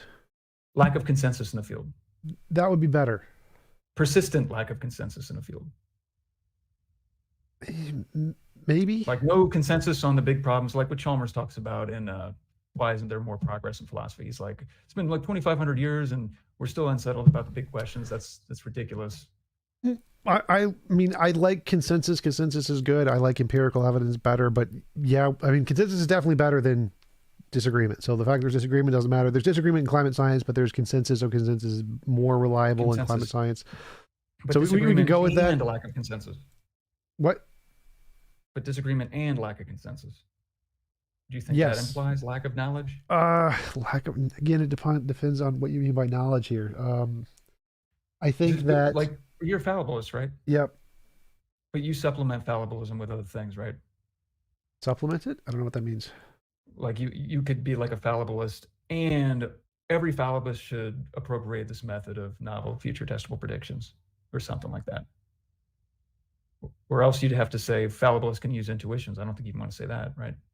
They can. I mean, I'm fine with that. I just think that the better method is one that gives you a better correspondence to reality, and the one that I think does that is novel testable predictions. Right, but if you can be a fallibilist and be guided by intuitions... Well, you can be a fallibilist and say you're guided by a magic 8-ball. You can be a fallibilist. Fallibilism just means you don't require certainty. So you can say God told me so and be a fallibilist. The problem is like which method is more reliable. I think the novel testable predictions is more reliable. Right. And then the criteria of success that we have to appeal to measure what's more or less reliable appeals back to the way empirical methods work for me. Sort of. Yeah, I would say that I don't go that far down. I say that we all accept science works. So that we accept science works. And so science is That's an interesting question, actually. Are you looking at the TV screen right now? Science works. Technological progress is amazing. I love it. There's actually other questions that I would want to parse out with you. All right, it doesn't about necessarily nature, mean it works science, at and all that. everything. It just means it works in some cases. So we have some correspondence to reality with science. And so science gives us a reliable data set that we can test any other method with. So if you want to propose any other method, you can say, well, if this method works, it should be able to get the same answers science does in some level of domain. Something about something. That's where I kind of, that's where it loses me just a little bit. I feel like you're holding these other methods, the success of these other methods, hostage to whether or not they meet the tribunal of the way the empirical methods are successful. And I don't see a reason to go along with that. Because you need other than the reductio that you provided. That might That's be a pretty good reason. But it seems like it's like I've heard Dillahunty. I'm not comparing it to Dillahunty. I've heard Dillahunty say this. It's just like, if you have another method, give me another method. Yep. And then you put another method on the table, and it's like, well, that method doesn't have the virtues that the empirical methods have. It's just like, well, you asked for another method. So I'm wondering what criteria of success you have in mind when we put the other methods on the table. It's murky to me, because I feel like this intuition guided method has a lot of virtues. It doesn't have a lot of the virtues that empirical methods have. Don't get me wrong. Empirical methods are awesome, but it doesn't land me in the reductio, I don't think.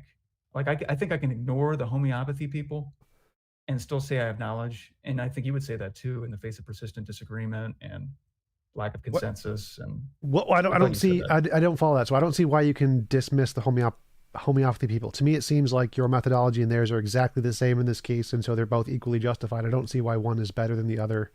And the only reason you'd said that they do is because there are academic philosophers Let me supplement it. Yeah, let me supplement it a little bit.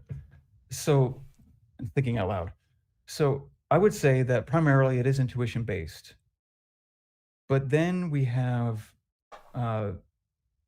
intuition guided explorations of the entailment relations of particular intuitions.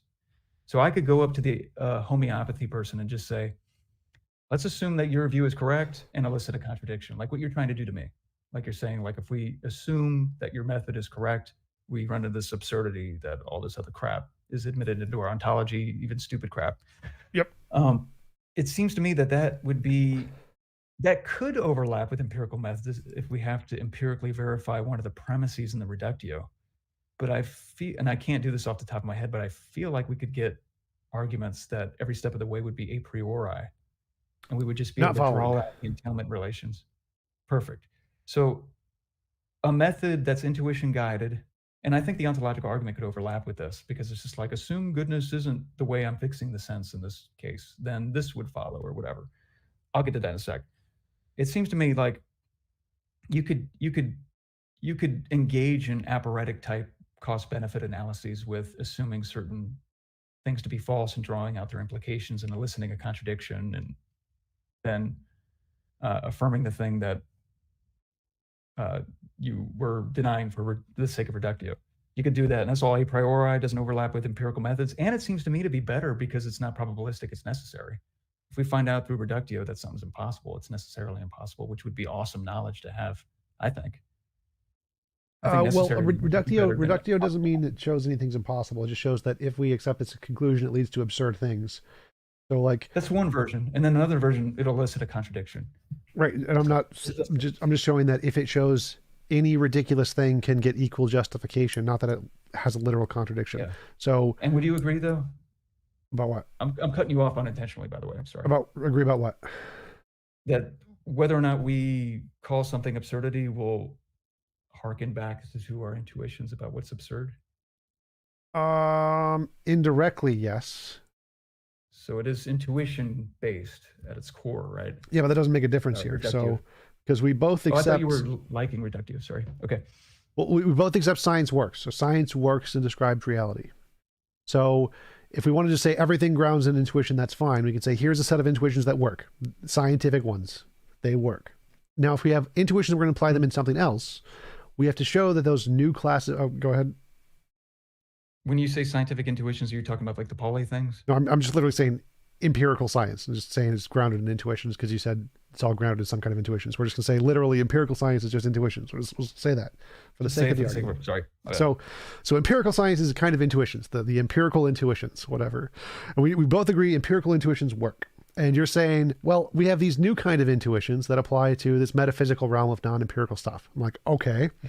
If we have this new kind of intuitions, well, the homeopathers also say they have this new kind of intuitions too that applies to this homeopathy magical stuff realm.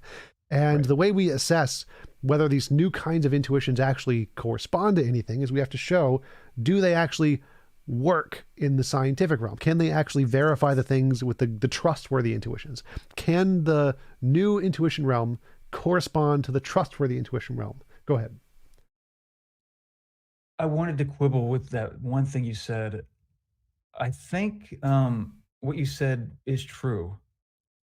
If the claims of homeopathy or the Perfect Being Theology research program overlap with what the empirical methods have access to and could correct if the a priori methods clashed with the empirical methods. But that wouldn't make a difference in the argument here. So remember, my argument was that homeopathers claim that this magical spiritual stuff is a whole new realm, and even though it completely fails in science in every way, it's a completely new realm that's completely separate from science. So even if they said that, it's still ridiculous, and if the method still justifies them, it's still a bad method. So it doesn't matter if it overlaps with science or not. The problem here is what I mentioned earlier, so that conditional, that conditional, it all hinges on that conditional. If they can do that and that stuff follows and their intuitions are successfully linking them to this magical domain, then what I'm doing is ridiculous. And actually the whole project of intuition guided projects should crumble to the ground, right? Except for the sciences that overlap with empirically accessible domains. That would be overly broad. So not all intuitions, just the ones that don't have a way to independently be verified through things like science. And there could be other methods. Again, science doesn't need to be the only method. It's just the only one I know about that works. That's where it loses me. It's like there could be other methods. Sure. But the proposed methods that we put on the table work for all of the nonsense. So if your method works for all of the nonsense, it's not a good method. It has to be able to filter out the nonsense. So like if I propose a new method of the magic 8-ball method, you shake the magic 8-ball, it tells you something. That's a bad one. Yeah. I like the magic 8-ball method. So the magic 8-ball method, shake the magic 8-ball, it tells you something, and like the lotto numbers, and you win the lotto. That's a good method. It works. It's a very good method. That would be awesome. And so now that method can differentiate itself from homeopathy. Homeopathy can't win the lottery. So if you can do something that can differentiate your model from all of the ridiculous models that can say literally the same thing you're saying, that's a good method. But if it can't, then it's a bad method, because it's the fallacy of unfalsifiability, that every single different hypothesis people come up with, they want to make sure that you can't prove it wrong.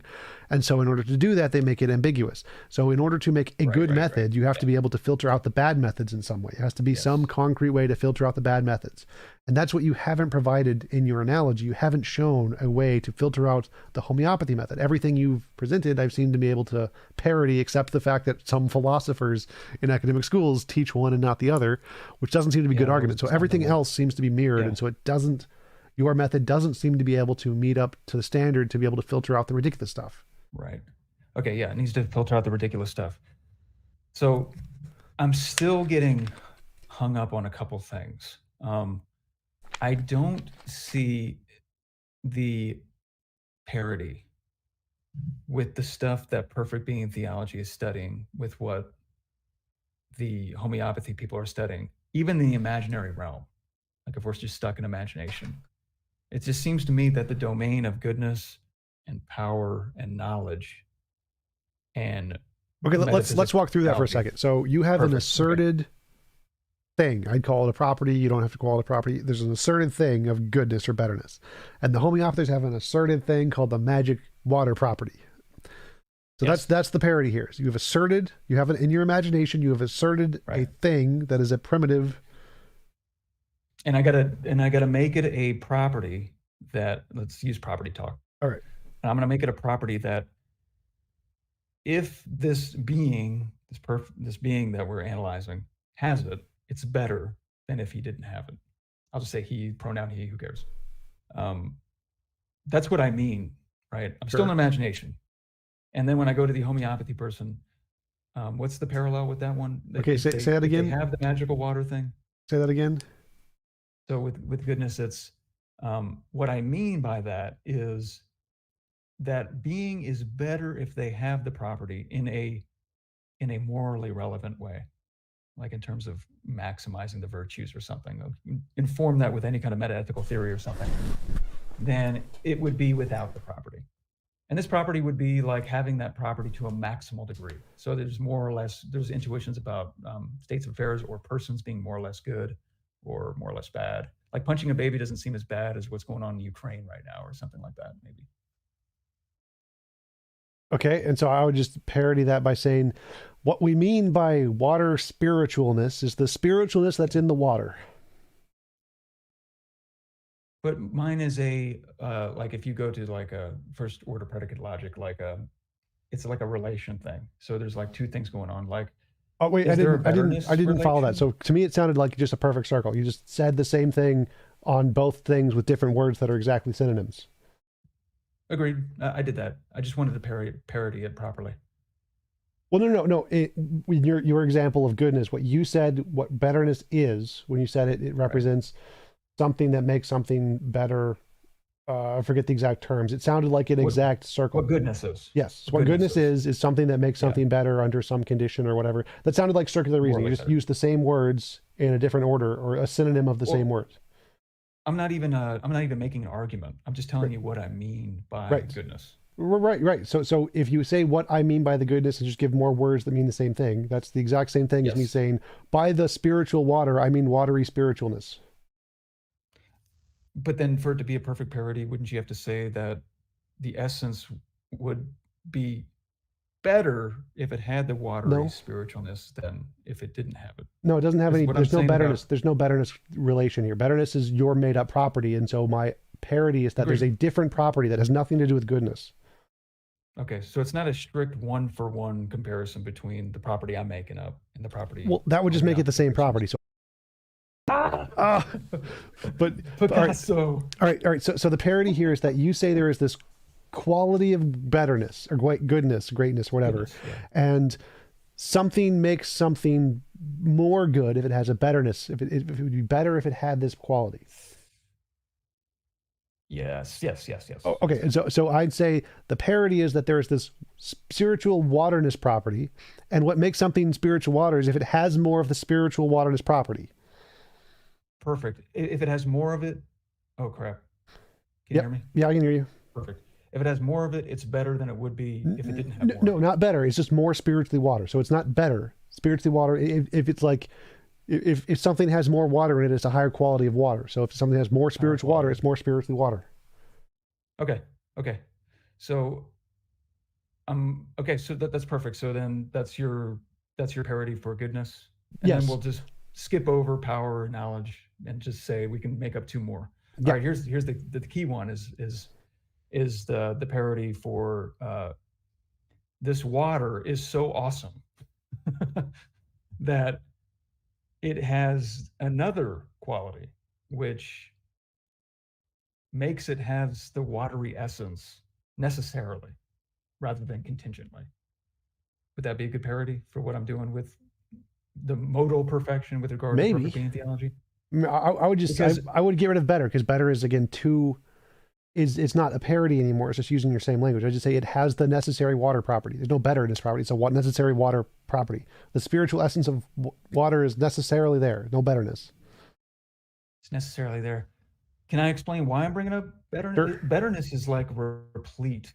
I guess you're saying it doesn't matter. If perfect being theology is using betterness, it doesn't matter. Yeah. Because we're all just imagination.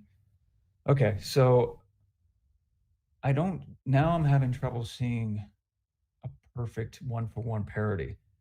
Okay, so I'm parodying the word property better can equate or be replaced by literally anything else. Water. And you're replacing it with higher quality, right? Yes, more of, yes, higher quality, sure. More of, and the reason why you say that you can literally replace it with anything else is because it's made up in our Yes. imaginations, right? Yep. Okay, so let me combat that real quick. So I agree with you that we're making this up right now in our imaginations. I agree with that. But I'm fixing the sense of my words in a certain way. Right. In the way I'm doing this perfect being theology kind of stuff. Like Right. I have a way I'm making up Is the that word a better. difference? Is that a difference? Because the water case is too. It's saying watery spiritual stuff is a greater quality or amount. So it's also doing that. Greater quality or amount. So if it's doing the same thing, you don't want to just use the word better for simplicity's sake? Well, the point is I that... don't even think it would help me at all. Well, the point is that you can do it with a different word. So the point is to say you don't need the better word. You can just use a different word because they're both made up. So a different gradient of some kind. Okay, so let me try this point. So Harry Potter's made up, right? Yep. Sauron's made up. Yep. Right? But Sauron's not Harry Potter. Yep. So there are true and false things we can say relative to how we're fixing the sense of the proper names in fictional worlds. Sure. And I'm saying you're talking about Harry Potter better than I'm talking about Sauron, and they're both made up. They're both made up, agreed. But if you were to do a one-to-one kind of thing between Harry Potter and Sauron, and it's a perfect one-to-one thing, and I don't know, let's just say Harry Potter is a better magician if he can lift up a castle with his mind. And then you were to parody that with Sauron and just say Sauron is a better Dark Lord if he can, I don't know, snuff Frodo out of existence. Sure. Something like that. Right? Sure. It seems to me that even though both of those scenarios are completely fictional, that we're using language in a certain way where we have to fix what we mean by better. Right. Even if we're in an imaginary world. Right. But the problem is I'm saying better itself is the property you do not need. Better itself is the Frodo. Better itself is the Harry Potter. Better itself is the Sauron. Okay. So you can't use better in both because it's literally the opposite of the thing I'm trying to show, or one of the things I'm trying to show doesn't exist. So it'd be like if I'm trying to parody Harry Potter and I use Harry Potter, well, that's not a parody. I'm just using Harry Potter. So if you're saying there's this goodness property and goodness is a measure of a combination of things that make something better or whatever, that's the parody. Both of those things are the parody, not just one of them, both of them. So I'm saying that there is this spiritual watery essence thing, and what makes it spiritually water essence is a purity measure. And the purity measure is a parody of the better, and the watery essence is the measure of the goodness. Right. Okay, and then to make up something about how it would be more pure if it were necessary. More pure. Or did I just say it? I don't know if I need that part. So that part I don't think is required for me to mirror in the argument. Okay. So I agree. I think I see your point now. So yes, I'm not mirroring the highest quality equals necessary. I haven't mirrored that part in the argument yet because I don't think it's necessary. I don't think it's necessary in the argument. So I'm saying that the necessary property is just another thing I can add on. So I'm just going to call it necessary. It doesn't need to have the relation that its amount of pureness is required to be necessary. That's a different thing. I just don't think you need. I can just leave that out and still have an equivalent argument. I don't think it's a perfect parody at that point, just because. Well, right. I agree. I agree. It's not because I don't need it. It still equally is justified with or without that parody. That might be, I think, the crux between us then. Well, I think that's the crux. Wait, I can make it that way one way or the other. Point is, it doesn't matter. So the question here is one of these more justified to believe than the other? You're saying that yours has this. Yeah, they're both imaginary. Right. So no, I would say no. They're both at that point in the argument purely fictional. Right. So the question here is the whole point of the reason the parody argument is trying to demonstrate is that your methodology can't differentiate a ridiculous example from a real example.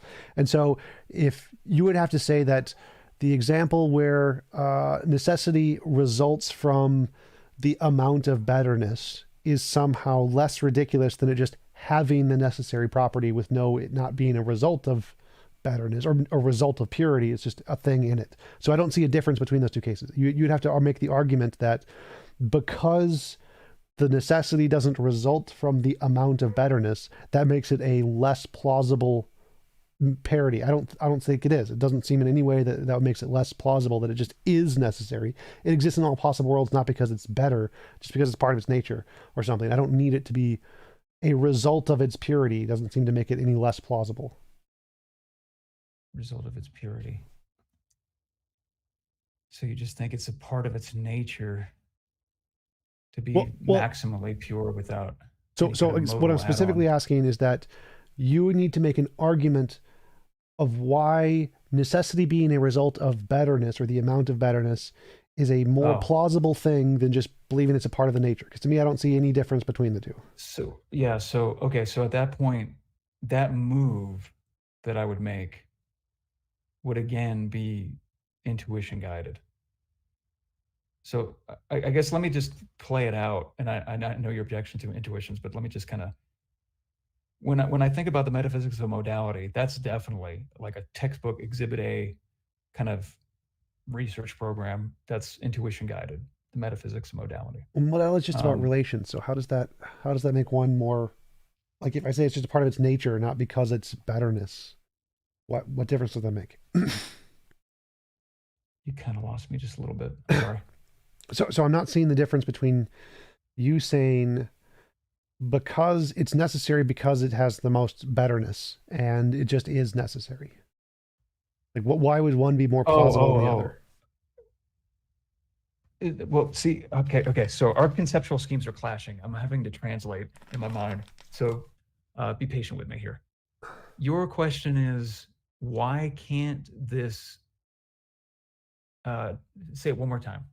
Why is it more plausible, or why is it a better hypothesis to say that something is necessary because it is the maximal betterness, rather than just saying some alternative necessary that just is necessary? There's no betterness involved, just is that way. Well, I wouldn't say, first, let me just kind of be clear on this in the order of explanation. I wouldn't say how should I put this? It's not necessary because it's better. It's better because it's necessary. Okay, and so I'm saying, why is that the case? Why is there a relation between necessary and better?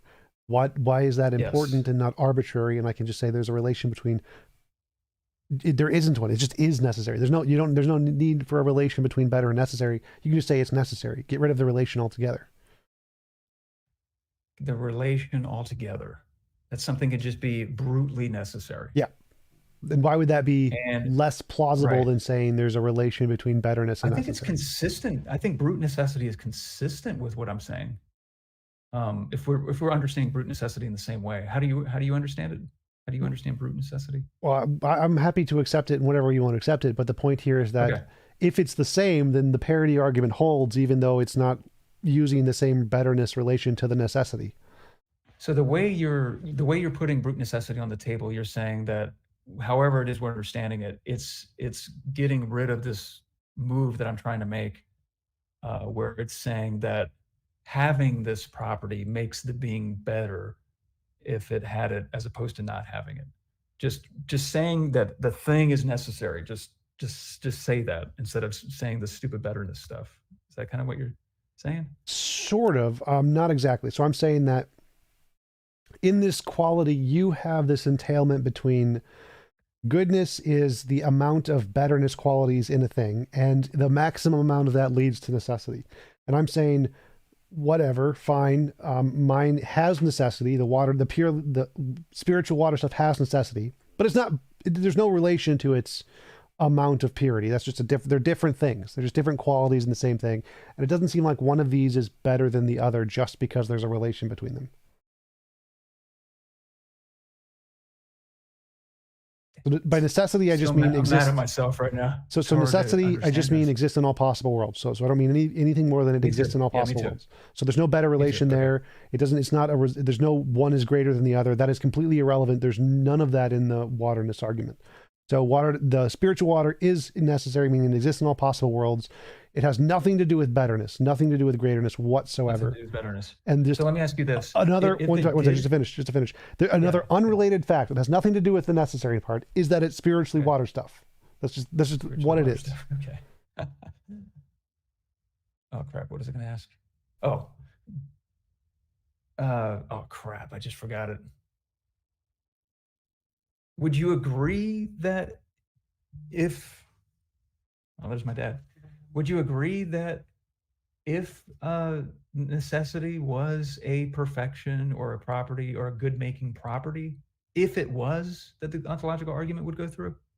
Well, I think that's begging the question. That's just obviously like if water is water, then is it water? Of course. Okay, so this is what I'm saying. So um, this is what I was getting at with the ontological commitment thing. I have really strong modal intuitions that existing necessarily is better than existing contingently in my perfect being thing, not in the water thing. Sure. And you're denying that the thing that I'm saying is in my perfect being thing is in your water thing. Yep. But that would seem to me to give me a reason for there being a symmetry breaker there for why the water thing doesn't spill out into the actual world. Okay, Because so it seems like the only difference there is that you have an intuition that necessity yes, is a result of betterness. Necessity is better than contingency. And I could say the homeopathy yes, people just have intuition that betterness has nothing to do with it. It's just the water thing is the water thing. the water thing is the water thing. Just replacing it with some other intuition they have about the So yeah, so if there's like a perfect like perfect being theology, there's a perfect water theology or whatever you want to call it. sure. I think the members of those two groups would be looking at each other with incredulous stares like, how are you getting to the necessary property? You're just kind of stipulating it. Yep. So it seems like And they have an then you intuition would that say, yeah. So it looks like they have an right, intuition the necessary property is X. They have an intuition the necessary property is Y. There's no evidence of either of these things. There's no evidence of any necessary property. They're all just making shit up. that part, yeah, we're both in imagination. I'm trying to like look at, agreed. I see what you're saying. Um, but it seems to me perfect being theology. This is what's happening. What do you mean by a perfect being?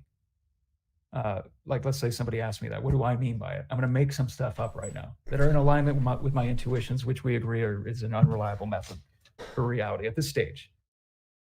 And I get to that point where I get to modal perfections. An intuition you do not share. You don't share that intuition at all. I have it. A lot of people that I've talked to over the years, this is anecdotal. I'm not going to use this as evidential at all. If I ask them if you exist necessarily, that would be better than just existing contingently, right? And they just kind of say there probably should be a full paper survey on this, right?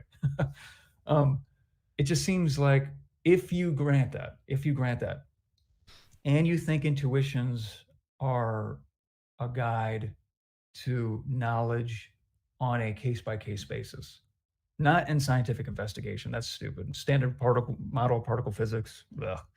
You need actual experimental confirmation. But with stuff like goodness and power and other a priori kind of explorations, conceptual investigations, it seems to me that intuitions, when it comes to just being precise about what you mean by concept, intuitions seem to me to be pretty reliable, defeasible, but on the whole, pretty reliable. And they should be put on the table for discussion like what we're doing right now.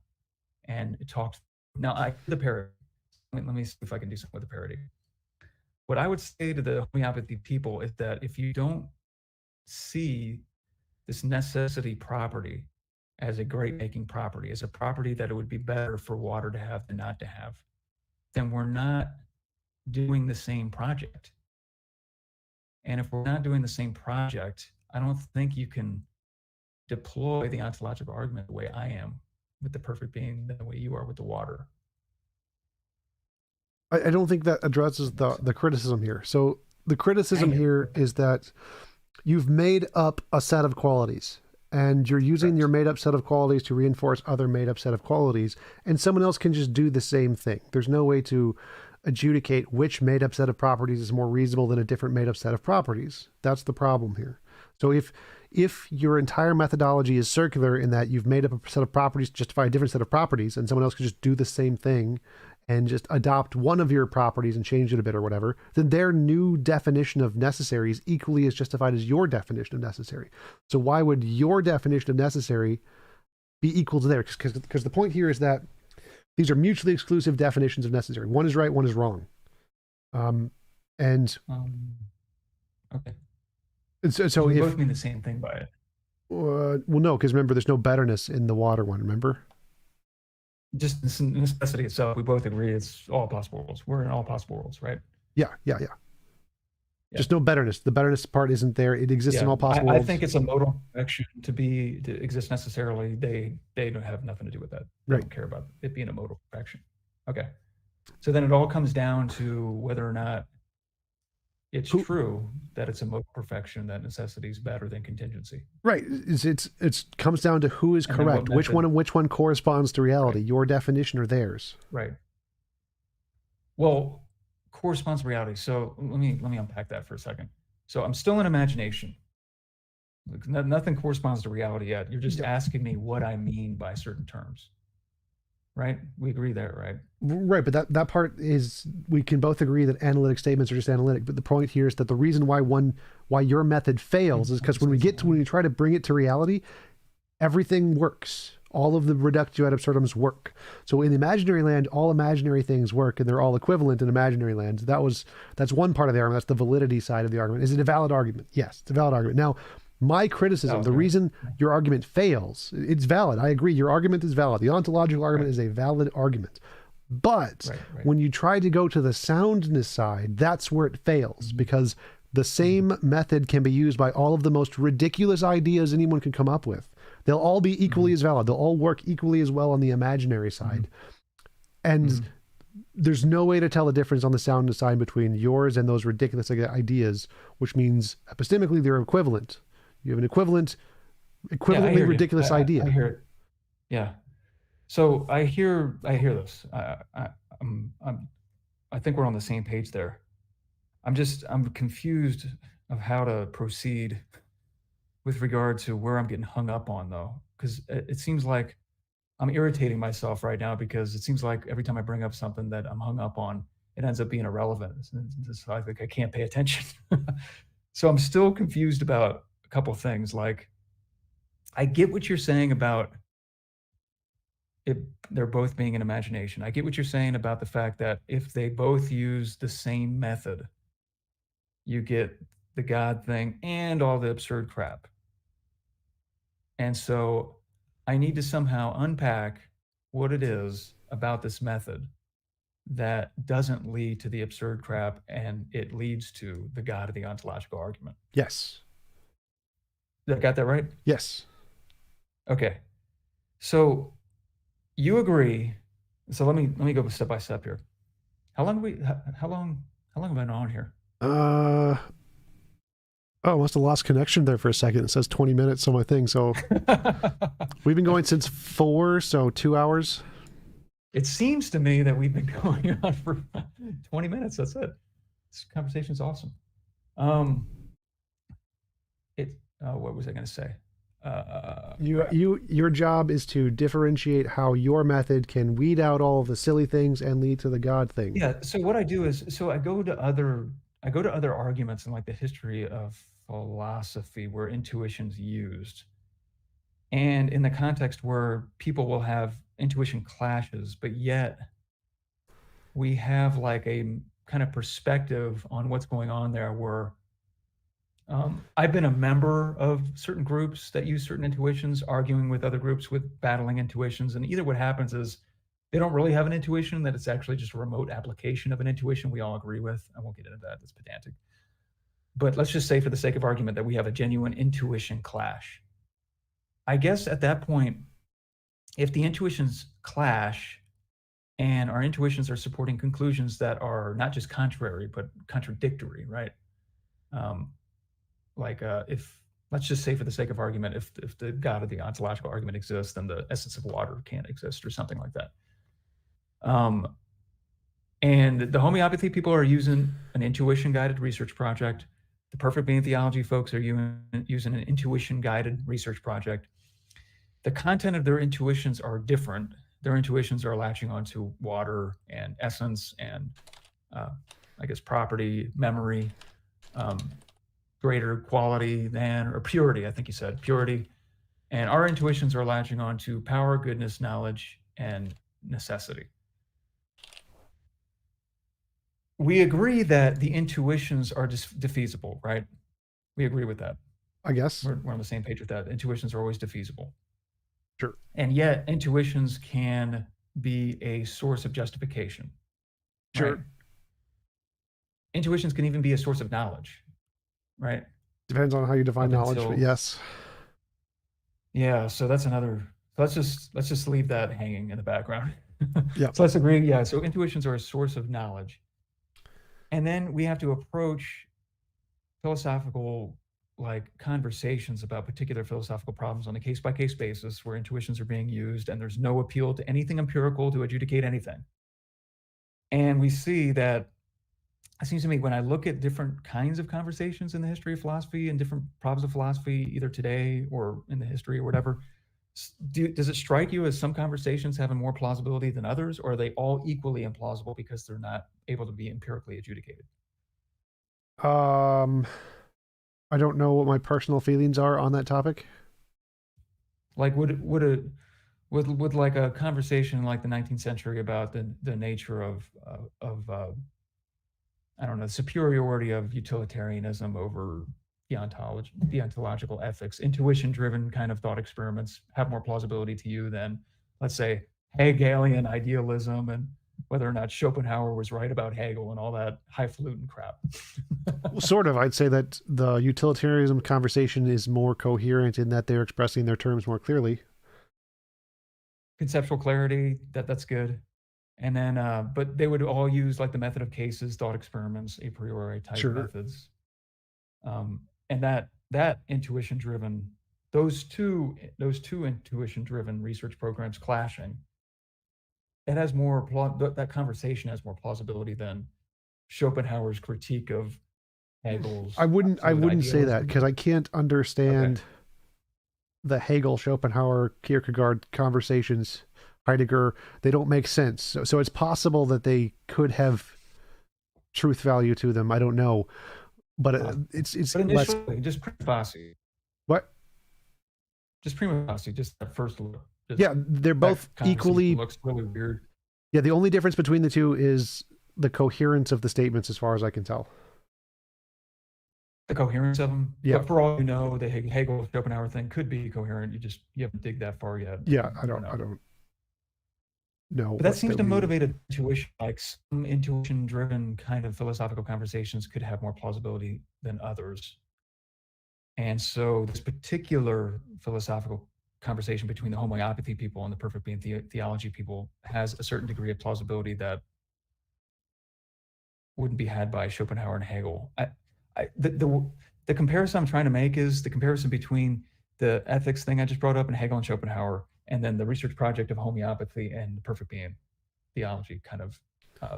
I agree, we're both making stuff up, but the way we're fixing the senses of our concepts, it seems like they're latching onto things that, for me anyway, cohere a lot better with a lot of people's intuit. Not to make an argument on ad populum, I'm not trying to do that, but it just seems like for there to be weight for the preferences of some intuitions over others, they like a lot of people have to share them. And it seems like the thing is kind of this pocket of craziness, whereas there's a lot of people that agree with goodness and power, knowledge, and necessity, if you broke it down to them, I guess. I don't know. That's kind of where my mind's going, but I think I agree with you. There's no definitive thing. This is what I was saying at the beginning. Like if you're not persuaded, this is how I would appropriate that. Like if you're not persuaded by their research program, Perfect Being Theology, I don't think that the ontological argument is for you. I think arguments need to be tailored to whatever it is that the person is either methodologically open to or is interested in. Because if you have like a methodological kind of block towards the success of whatever it is that an argument depends on, like that's the superstructure is basically this entire research program that you have these methodological quibbles with. I think the next step would just have these kinds of overall metaphilosophical methodological type conversations instead of just diving. I don't like how a lot of people do natural theology now. I just don't like it because it does leave a lot open in the background. It really does. It's just like you're assuming a certain way philosophy should be done. You're assuming a certain conception of what philosophy is and what it's for. You're assuming an entire way of doing philosophy and how it can latch onto reality. And then you're kind of leaving that in the background, not specifying exactly what's going on in the background, just saying whatever begins to exist as a cause, the universe begins to exist for the universe as a cause. Here's some teleology, here's some ontology, and it doesn't like zoom out and take into account all that other crap. But I feel like that stuff is like the most important stuff. What stinks is, because I have a kind of a like a back and forth relationship with doctrinal philosophy, it's called. Yeah, there's a guy named Richard Double. He's got a book called Metaphilosophy and Free Will. He thinks that the choice between different metaphilosophies is unfortunately subjective, so it's irrational. And I want there to be some kind of normative way to choose among metaphilosophies, and I don't know what that is, to be completely honest. I really don't. I lean towards doing philosophy a certain way that's guided by my intuitions, but I don't have a hard and fast symmetry breaker like what you got with the empirical method. So just to put all my cards on the table, I tend to just decide with my intuitions, but I hear what you're saying about how it can lead to other people using their intuitions. I just think that then, is that really an intuition you have? Let's examine that. Let's see what's going into that. Like, why do you have that intuition? Is it really an intuition? It's like it's a complicated, weird argument that needs to be had at that point. And I don't know. I don't think these arguments are going to be really got to the bottom of anytime soon, because there's just too much going on in the background, metaphilosophically speaking, in my opinion. But like, what was was that a Phil Papers survey question? Metaphilosophy, was it like naturalism was a metaphilosophy? I don't know. I don't remember. I think naturalism was. I think it wasn't on the top. 2020. I know scientific realism was on the top. Yeah. There's a lot of other stuff that we could talk about, honestly. I don't really have that much time left. Yeah. We should do that thing you suggested, do a show together once every 2 weeks or whatever. Wouldn't that be fun? Sure. Like, how would you want to work that out? Like do you want to just like look at neutral things together, or do you want to like interact with other people together, or just have like a Christian perspective in the background maybe, or I was thinking leave it up, how we like clash and bring other stuff essentially kind of let you decide on that one, because it'd be more interesting that way instead of doing the stuff I normally do. So like kind of leave it up to you, like surprise me, I guess. That'd be we cool. can do watch a show together, do a review together, whatever. What is it? I'm trying to think. Could we combine our names? Because I have a J in my name. Maybe put the M up top above the J and make it a cross. What is it? I don't know, but this is fun. I want to pick your brain, see what was irritating. You irritated me a lot at first, and what's really annoying is that once you actually dig beneath the kind of combative way you get across points, I'm seeing your view represented by intellectual heavyweights in the literature that I read. I'm like, oh well, dang it, it's not as absurd as I thought. It's like I've said this on Twitter before. It's like when the heel comes out with WE, like he's just kind of mean, but he could be right, like Dr. House kind of thing. You know, Dr. House. He's like nobody likes him, but then like I'm not saying nobody likes him. I'm just saying, like when I'm just admitting it. I'm just like, this guy is annoying me. What the heck? But then like you go to like try to refute you, and he's just like, wait a minute. Like there's some heavyweight 20th century philosophers that actually back up what he's saying. He's talking about studies, and I'm looking at the studies, and I'm like, well, dang it, this isn't as easy as I thought. What's going on here?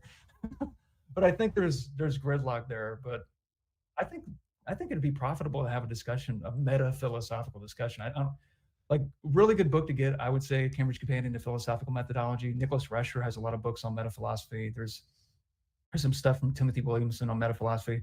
Richard Double. That's what interests me lately.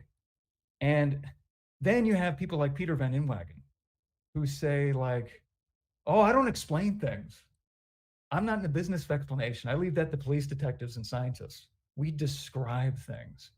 Now that's kind of an opaque distinction to me a little bit, because he also adheres to certain versions of Quine's indispensability argument in terms of what he's ontologically committed to. He gets at distinguishing reality and imagination that way, in a weird kind of neo-Quinean way. It's hard to pin down. But it's just like, but the entire project of natural theology is inference to the best explanation. So what does Van Inwagen think about the project of natural theology? And he's a Christian. So cool we could get him on the show, honestly, because I actually heard him on Discord one time. I invited him on. He declined, unfortunately. Oh, he did? Yep. Some of you saw some of your videos. I don't know. Some people will get rubbed the wrong way. Well, I invited him a long time ago. That was back when I was debating like Josh, like the first time. So that was a while ago. That was hilarious. Like I've heard a lot of your stuff. It's funny. Yep. Do you have thoughts on inference to the best explanation? Do you have thoughts on inference is to the best explanation is affirming the consequent? I think inference to the best explanation. I just looked at. I think the hypothetical deduction is affirming the consequent, right? It's saying if I'd have to actually look that up. I don't think it would be affirming the consequent because isn't inference to the best explanation abduction? Yeah, and abduction you have to is affirming the consequent. Oh, if you put it in an if-then conditional, if this particular thing goes through. Yeah. I've seen that a bunch of times. I've seen that in the context of actually abductive strategies that try to show the resurrection of Jesus. I'll admit that would be affirming the consequent, but it wouldn't be a big deal because it's not an argument which has a conclusion that necessarily follows from the premises. I forget what the word is for it, but just supposed to lend credence to it. What I do get mixed up in strength and cogency. Cogency, that would be a property of a successful inductive argument. Yeah. Where I get mixed up, have you read the SCP article on abduction? A long time ago. I haven't gone through that in a long time. I have trouble interpreting certain parts of that article because in some parts of that article, it'll say something along the lines of the fact that something is the best. Let's get out the possibility of it being like the best of bad explanations or whatever, and it's actually a good explanation. That you actually don't have to prove the existence of the explanation first. Like the success of the abduction is actually confirmation theoretic, it said, which would be interesting because I always thought it would be an undercutting defeater for every single abductive strategy you could appropriate in the context of natural theology. If you have to prove the existence of God first for it to be an actual candidate explanation in the abduction, so you could appeal to it as being the best one. Well, it seems like there's parts. Do you mean prove or just provide evidence for? Because obviously, if you had to prove it, there'd be no point. But provide evidence for. Okay. Yeah. That it being the best explanation just by itself is confirmation theoretic. That's his words. Like that is in itself is what provides evidence for why that candidate explanation is doing the work that it's doing. Yeah, there's in the philosophical literature, the way they establish evidence is very minimal. So like Bayesian epistemology, pretty much anything is evidence for it. If it's just a logical possibility, it's evidence for it. And the way I use the term evidence is much stricter. Like it has to be the thing that is most indicated by the evidence, something like that, not just could be explained by the explanation. And so when I use evidence in that way, when I say something like in abduction, it wouldn't count as evidence until there was some other independent verifiable evidence for it. That's because if all of the evidences all indicate something else to a greater extent than the God or whatever, and nothing indicates the God, nothing is best explained by the God, then it doesn't, then saying that one thing could be evidence of a God, even though it's evidence of other things more so, then it wouldn't actually indicate the God. You'd be rationally concluding the other things. That's why I say it's not evidence of a God, it's evidence of the other things. The horse, not the unicorn. Yeah, exactly. I see what you're saying. So it has to like the relationship between the evidence and whatever it is evidence for has to be kind of like intimately tied to this one thing, and it can't mutually support all these other things. Well, it can mutually support lots of things, but it has to mostly indicate one or the other. So like saying if I guess that makes sense. A gold brick is on my table, if we're using Bayesian epistemology, that's a 0.0001% evidence of a leprechaun, but it's like 90% evidence that I own a gold brick or I bought a gold brick or whatever. And so you couldn't say that's evidence of a leprechaun because it's so much significantly higher evidence of the fact I went and bought a gold brick. That's the distinction I'm making here, is that when you say something is evidence for in the Bayesian sense, it applies just literally to anything that could logically possibly explain the data. Whereas I'm saying it only counts as evidence for things that are like of the top 10% or whatever. Do you understand? Do you have a good grasp of Bayesian epistemology? Somewhat, yes. I got halfway through the SCP article and my brain started hurting. To be completely honest, I've seen the kind of way, the fundamental way it's set up. Did you read Swinburne's book, The Existence of God, where he went through it and explained it? Yeah, and he'll utilize that simple way. That way I can follow. I like that way. But there's like so many different permutations of this thing. It's just like people, like Like if you look at the bibliography in the SCP article, these are people that have been working on this stuff for 50 years. It's like, come on, man, go play some backgammon. This is bad. Well, yeah. Just like, how So are we confidently appropriating these methods? And I've just kind of casually, it's just that stuff's hard for me to fully comprehend. yeah, my problem with Bayesian epistemology is because it's so complicated, it's easy to buttress in a bunch of fallacies without making it hard to notice them. So like one of the things is the problem of the priors is the one I've noticed is used the most, where they put in a bunch of the dubious claims as priors that they say are really likely, even though no one else thinks they're likely, like God-related claims. And they assume those things are likely and put it in the priors, it makes the probability it could be explained by a God much higher. So like the leprechaun example, if you had a prior probability of leprechauns of like 80% or something, then if you see a gold brick on the table, you're much more reasonable to conclude it was a leprechaun because there's a huge prior of leprechauns. Subjective and I think, probability, yeah. Yeah, and that's the biggest problem here is that there needs to be you have to include the evidence for the fact that this thing is a prior into the claim that you're making. By the way. What? Igor says that. He says for Bayesian probability assessments, he was like, a good way to set the priors is to supplement it by IBE type inferences. And so you can kind of buttress some sort of semblance of objectivity to the priors by appeal to these explanatory virtues, whatever. Oh, is there a chat button? Chat button? There's a chat button. Are they making fun of me in there? These jerks. Yeah, I'm talking to, I don't know how to pronounce the name, Terrar Dialgello. He's a big ASMR artist I follow on my ASMR YouTube channel because I do a lot of ASMR stuff. Oh, I don't see any chat. On my YouTube. This whereby isn't connected to YouTube. Oh, so. Right. Got you. My bad. Do they like me, or am I annoying to them? Am I evading everything? Well, I mean, I think you're middle of the road mostly. Like Darth Dawkins is people they scream at and hate, but you're more middle of the road, so it's not like I don't think they hate you. So the more hardcore people are going to think I'm lukewarm and get them out of here. But I think that's, from my understanding of Bayesian epistemology, that's the problem I have with it, is that if you use Bayesian epistemology correctly and you include, like, if you get the priors correct, it's fine, but that entire process is so easy to scam that you shouldn't do that, and you should include the things, you should get rid of the priors and use the priors as parts of the actual equation. Like, instead of making them priors, take the priors out and put that equation as a part of the evidence on its own. So you're saying take out background knowledge, because background knowledge is like almost relative to what you think you know, and it might not even be real knowledge. Right? Yeah. and so because that's where a lot of the bad arguments are hidden, is in the priors. You just put a bunch of bad arguments in the priors, you get whatever you want. Garbage in, garbage out. The probability, just work with the probability of the theory on the evidence and then multiply that by the probability that you would have the evidence you would have if the theory were true, and kind of like elicit the calculations that way, maybe, because I'm not sure what I would divide at that point, but well, sort of. I would say that there are a lot of the only things that you can legitimately keep as priors would be empirical evidence. I'd say if it's not empirical, you can't use it as a prior, and you got to show the actual work for it. So I'd say using empirical evidence, scientific evidence as a prior is fine.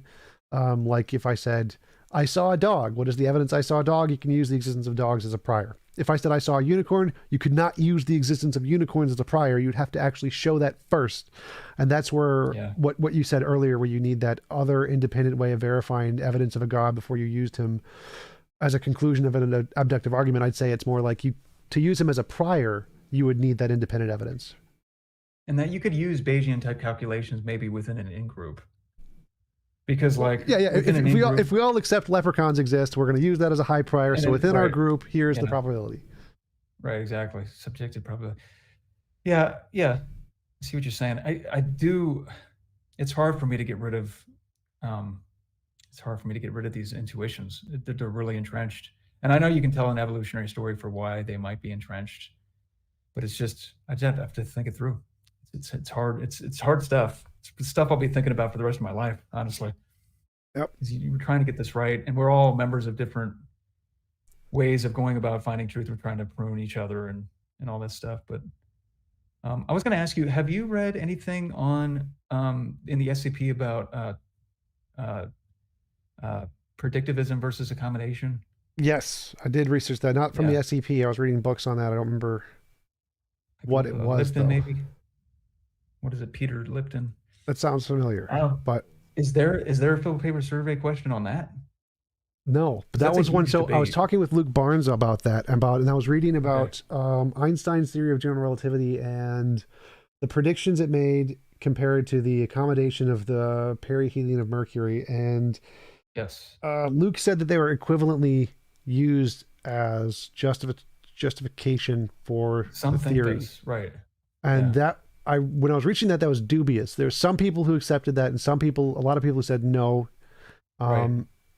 It was coincidental. It was like people were already expecting it to succeed, and so the fact that it got the confirmation of just the explaining the perihelion very well was enough to convince them. Right. Even though it wasn't satisfactory from an epistemic standpoint, you would still need the testable predictions. But because they were expecting that, they were just happy to accept it at that point. Because like, yeah, we're going to get on the bandwagon because we're definitely going in the right direction. Right, exactly. Like And they so- did all the hard work. They were courageous. They made the prediction. They put their careers on the line or whatever. And then this other, I guess, research program's just like, look, that is awesome. Thank you so much for all the work that you did. But our theory already kind of predicts that, like over here. We Yep. didn't see it before, but there it is. And we're not drawing the bullseye around the arrow that you shot. But our theory already had that bullseye right there, and we didn't miss it. Thank you for pointing that out to me. yeah. And when I was researching that, there was a really interesting thing is that in the Nobel Prize winners, the people who win the Nobel Prizes are always the one who do the experimental confirmations, never the theoretical people. The theoretical people don't win shit, except like, what's his name? Higgs boson guy. The Higgs boson guy was like a partial. He didn't win it. He didn't. I don't think he won it.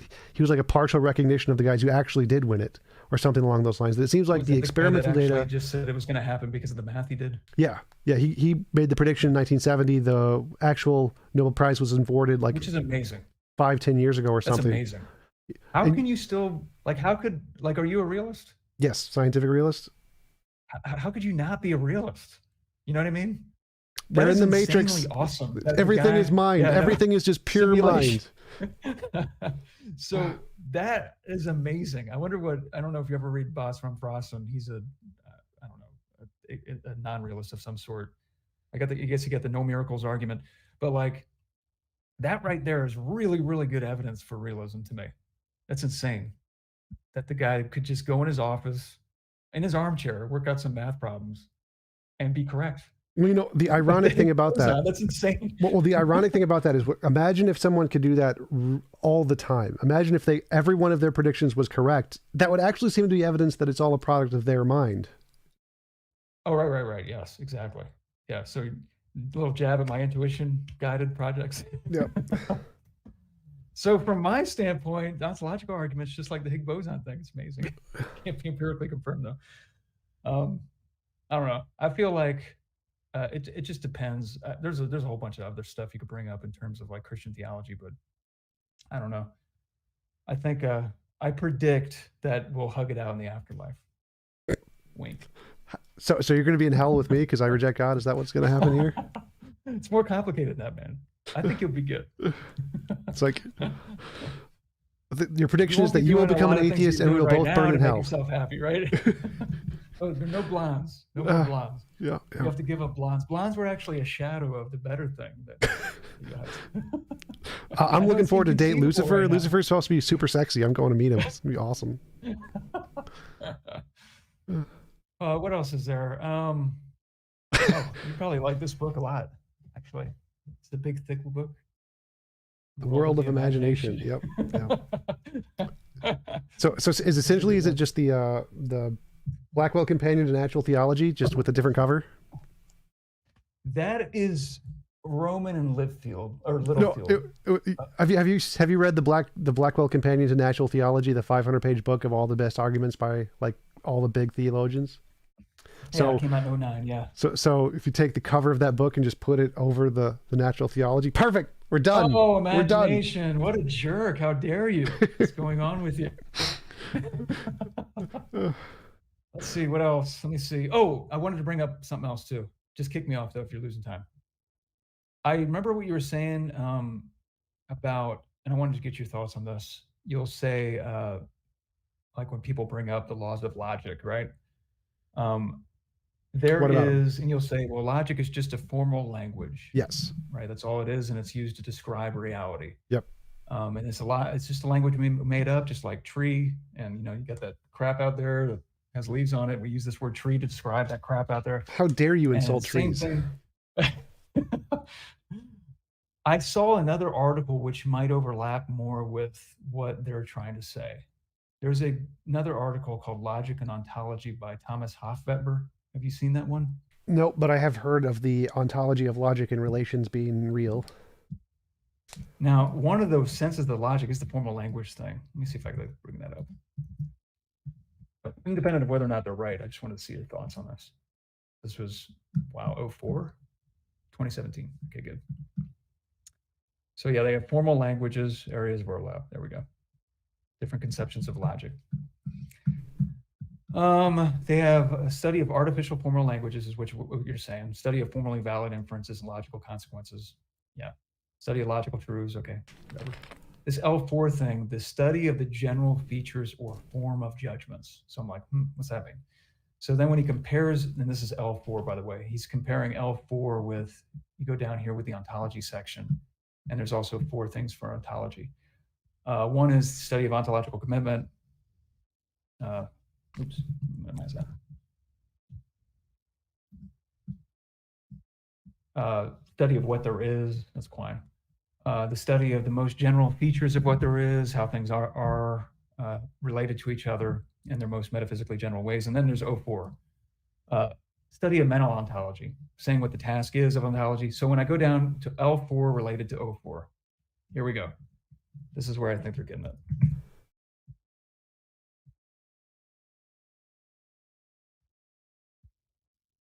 Control F. All right.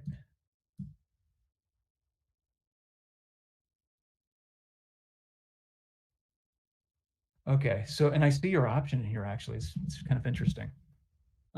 Now, okay, one way to understand logic is as the study of the most general forms of thought or judgment, what we called L4. One way to understand ontology is as the study of the most general features of what there is, our O3. Now, there's a striking similarity between the most general forms of thought and the most general features of what there is. Take one example. Many thoughts have a subject of which they predicate something. What does that sound like? Haven't you heard this a million times? The one of the many. Yeah. The predication, this phenomenon predicate, are subject predicate forms of our sentences. They got to correspond to like properties and substrates in the real world. And there's this mirroring relationship between the way we use the language and the structure of the world or whatever. And then it says this. What there is contains individuals that have properties. It seems that there is a kind of correspondence between thought and reality. The form of the thought corresponds to the structure of a fact in the world, and similarly for other forms and structures. Does this matching between thought and the world ask for a substantial philosophical explanation? Is it a deep philosophical puzzle? To take the simplest example, the form of our subject-predicate thoughts corresponds perfectly to the subject of object property facts. If there is an explanation of this correspondence to be given, it seems it could go in one of 3 ways. And here's this is one way. Either the form of thought explains the structure of reality, that's idealism, or the other way around, a form of realism where the structure of reality explains our forms of thought. Or maybe there's a common explanation of why there is a correspondence between them. For example, on a form of theism where God guarantees a match. I think that's the heart of what precepts are trying to say. I really do, with the logic stuff. Now, whether or not that's plausible, I have no idea, but it looks like it's an option. And the fact that they don't say this is annoying, because it always just goes to impossibility of the contrary. It's like, what content is that? That sounds ridiculous. And it seems like they're doing this project. I think Van Til had this project, I guess, where he's trying to explain the correspondence between the forms of thought and the forms of the reality. And whether or not that project gets off the ground or succeeds, I have no idea, but it seems like that's what they're trying to do. Well, yeah, but they're making a strong argument that's saying the other 2 are impossible, that the third case is the only one. Yeah, that's the roadmap. So they could be wrong in their whole project, but it looks like Hofweber's saying that it's a project that exists. But it's irritating to me that that's not made explicit, I guess. I don't know. Well, actually, I think they would probably go with the first one, that thought instantiates reality and it's God's thought. They probably wouldn't Because I don't think if you tried to actually explain to them the difference between 1 and 3, they wouldn't be able to get it. So I think that they would probably say that more in an idealistic sense, that you need a mind to ground logic in order for anything to have any kind of logical relation. Maybe. Because, I mean, I would agree with that, but I'm not an idealist. So I would opt for 3 in a sense, but just not in the kind of strict Van Tillian sense. Maybe. I don't know. I have to think that out. Because I think 3, a better example of 3 is to say that there is this essence of logic. Logic exists as an abstract object, like a Platonic object, and it is the one that corresponds between the two, the mind expression and the reality expression of logic. I think that would be a better example of 3. That would be an example of 3. Like you saying, another example of 3 is the God one. And then the abstractness of God, people can duke out, maybe. Yeah. Let me see. Let me see here. Oh, I got some Phil Paper survey questions. Do you think that the consensus of this survey is functioning the same way consensuses work in scientific consensuses? No, it's just a shorthand. It's just something I can use to slap precepts in the face. Slap precepts in the face. I'm looking at, yeah. So it looks like Bourget and Chalmers, and I read this last night, so you probably know more about this than me. They're the ones who did the study, saying right? that you can actually, what is it? They did the study. They're the ones who did the Phil surveys, probably the first one. Exactly, yeah. 2009 and 2020. Yeah. It sounds like what they're saying is that you could use this could have evidential value in the same way that the sciences do, if philosophy converged towards the truth on the big questions. And because they don't, we can't use it in the same way consensus operates in the sciences. I guess Chalmers is saying, built into the system, I guess there will never ever be large scale convergence towards the truth, at least on the big questions. Maybe the little questions, the negative, knowledge isn't justified, true belief, or conditional claims or something like that, or things aren't the case. We can make progress on that, but just not progress on the huge things. Yeah, essentially, I think the only purpose of the Phil surveys paper is to show that some ideas that are taken seriously in Discord and other online realms are not taken seriously in academic philosophy, and you can use that as a way to insult them and call them stupid for taking silly ideas. And that's really mostly the purpose. I would bite the bullet. It's like, yeah, sorry, man. You know what I find very unfortunate? Why was this sent to 7,685 philosophers and only 1,785 completed the survey? That is outrageous. I email philosophers all the time to come on my show, and I can correspond that is about the appropriate respondent rate. Is it? It's just that people need to, they don't need to, okay, there needs to be a 2030 survey where people are forced to take this survey. Take away people's freedoms for one day. Yes. I want to see it. All right, so there's that. Just want to get your thoughts on that. Oh.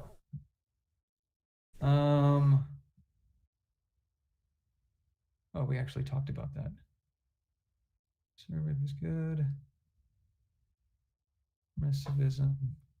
Let me see. Oh, can I talk about your moral theory, which I find very interesting? All right. This isn't you're making a prediction about this thing, so it's not actually distinguishing between imagination and reality, right? You're saying like in the future, maybe. Is that what I think I heard you say that a couple times? So I make predictions, so it should be able to in the future. It's trying to do that. Right. It's trying to do that, and it's not, and it doesn't matter. Like, do you think you can see like a trend for it converging on something into the future, or do you think the bell curve is just kind of unreliable when we look at it within the next Yes, I think it is converging on the best possible worlds model. You're saying that society is edging toward a like a singularity type moment where technology will be maximized and we'll be able to go into our own worlds and do whatever we want, not impose on anybody's will and all that stuff. It actually sounds pretty cool, but yes, technologically, if we can find a way to do that, so the hypothesis is that as we gain in technology, we'll get closer and closer to the best possible world. If we could get to a significant enough technological control over the universe, then yes, we would get to the BPW, and we're moving in that direction that as we gain in technology, we see a proportional shift towards the BPW. But it doesn't necessarily mean we're going to get there, because I don't know what the limits of physics are. And why don't you think that you ought to? Like, why don't you commit yourself to oughts? Because I think oughts are meaningless. Meaningless. So I think, like, so this is another thing I want to brought up. So like the SCP article on moral naturalism, like I was reading that the other day too. That ends on a note of kind of up in the air. Like I think it ends with Stephen Diablo critiquing Frank Jackson's reductionism of the moral oughts. What do you think of that? I mean, I'm not. If you don't remember, it's fine. It's just like it seems like it'd be. I think it would help your theory, honestly, to say, look, you ought to bring about this world. Society ought to come together to create this technological paradise where you don't have impositions of will anymore. Well, I just think oughts are meaningless, so it just doesn't mean anything to me to say oughts. Like I could say that if there is, like, there's the dilemma I ask, which is something moral because you ought to do it, or ought you do it because it's moral? Thank you, Cosmic, for the super chat. Appreciate it. Yes, I'm still black and white because of technical difficulties with Whereby is not recognizing my camera color for some reason. Forgot to answer that before. I have so much more life, vitality. Yeah.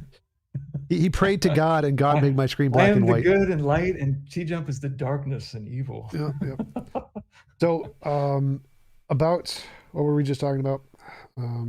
Oh yeah, you said ought because it's moral because it's yes. ought. So is something moral because you ought to do it, or ought you do it because it's moral? Now, if I intuitively try to answer that question, I get the second one. The second horn seems to be correct. How would you answer? Is something moral because you ought to do it? What was the second one again? It's the Euthyphro dilemma. Is something moral because you ought to do it, or ought you do it because it's moral? It's a good question. Let me think about that. I ought to do it because it's moral. And what do you mean by moral? Good, maybe? I guess. I ought to do something because it's good. My conceptual schemes are frizzing out again because the way I understand oughts are in terms of something being right instead of good.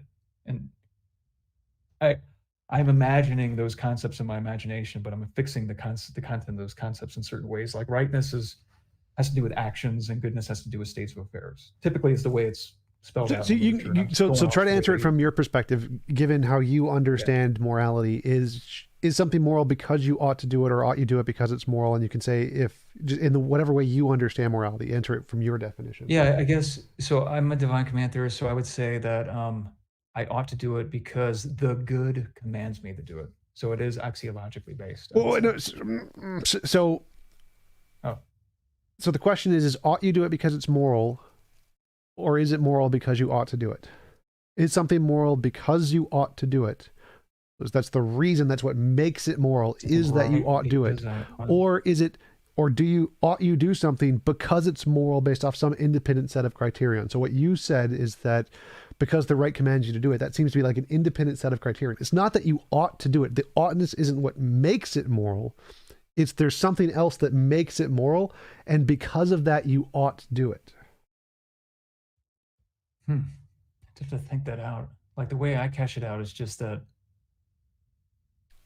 the commands constitute my obligations. Well, that's fine. That would be the second horn. So again, the horn, the first horn is something moral because you ought to do it. Is the oughtness what makes it moral, or ought you do something because of some independent set of criterion that makes something moral? And once you have that, then you know you ought to do it. So if you're saying it's God's command, God commands you to do something, that's some set of criterion that is moral. And then once you know that, then you know you ought to do it. But it's not because you ought to do it that makes it moral. It's because God said so that makes it moral. Well, then I would just say, like, if I endorsed your theory, I would just say you ought to bring about the best of all possible world because the best of all possible world is good. Well, you ought to do that, I'm fine with hypothetical imperative. So I'd say that if you think that the best of all possible worlds is good, you ought to do it. That's fine. So I'm fine with using oughts in a hypothetical way, but categorical oughts make no sense to me. Or like, make no sense. Okay. because when I ask that dilemma, is something moral because you ought to do it? My answer, well, no, it's not moral because you ought to do it. Your oughtness isn't what makes it moral. There's something else makes it moral. It's like God's nature, God's commands, whatever. That's why it's moral, is because God said so. And then once God says so, you can use a hypothetical imperative. God said so, therefore I ought to do it. But the ought doesn't play a role. It isn't in the morality anywhere. It's something you apply after you know something is moral. Okay, so you're making the existence of oughts depend on what you know about? Well, no. So it's independent of the existence of oughts. So you can say oughts or whatever you want them to say. The question is morality contingent on oughts? Are oughts in morality anywhere? And so my argument here is that to show that oughts don't exist in what makes something moral. They are not the essence of morality. They're just something we apply after the fact. Whether or not they actually exist doesn't make a difference. So in the core of morality, is something moral because you ought to do it? Well, no, it's not. The oughtness doesn't make it morality. It's moral. We ought to do something because we know it's moral. So we know it's moral based off some independent sets of facts, and then we say we ought to do it. So it's a hypothetical imperative. Mm-hmm. But if the answer was the first one, something is moral because we ought to do it, that's a categorical imperative. That oughts are literally the essence of morality. That you need that something is moral because its oughtness is there. And I say that doesn't make any sense. Like, that doesn't follow. It doesn't cohere.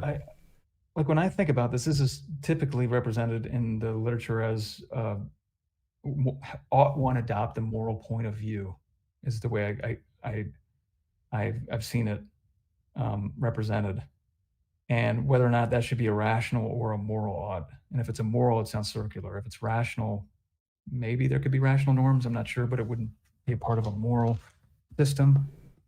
I'd have to think about that. I think I follow what you're saying. I think my mind is turning to mush because we've been talking for too long, but that's fair. Yeah, I think I follow what you're saying. I was just trying to get to the bottom. I wasn't even going to debate with you about it. I just was going to get to the bottom of what. But yeah, that's why I don't use oughts, because oughts don't make sense to me as categorical, and I don't think oughts are necessary in the essence of morality. If God existed, would categorical oughts make sense? If God was the good, and that kind of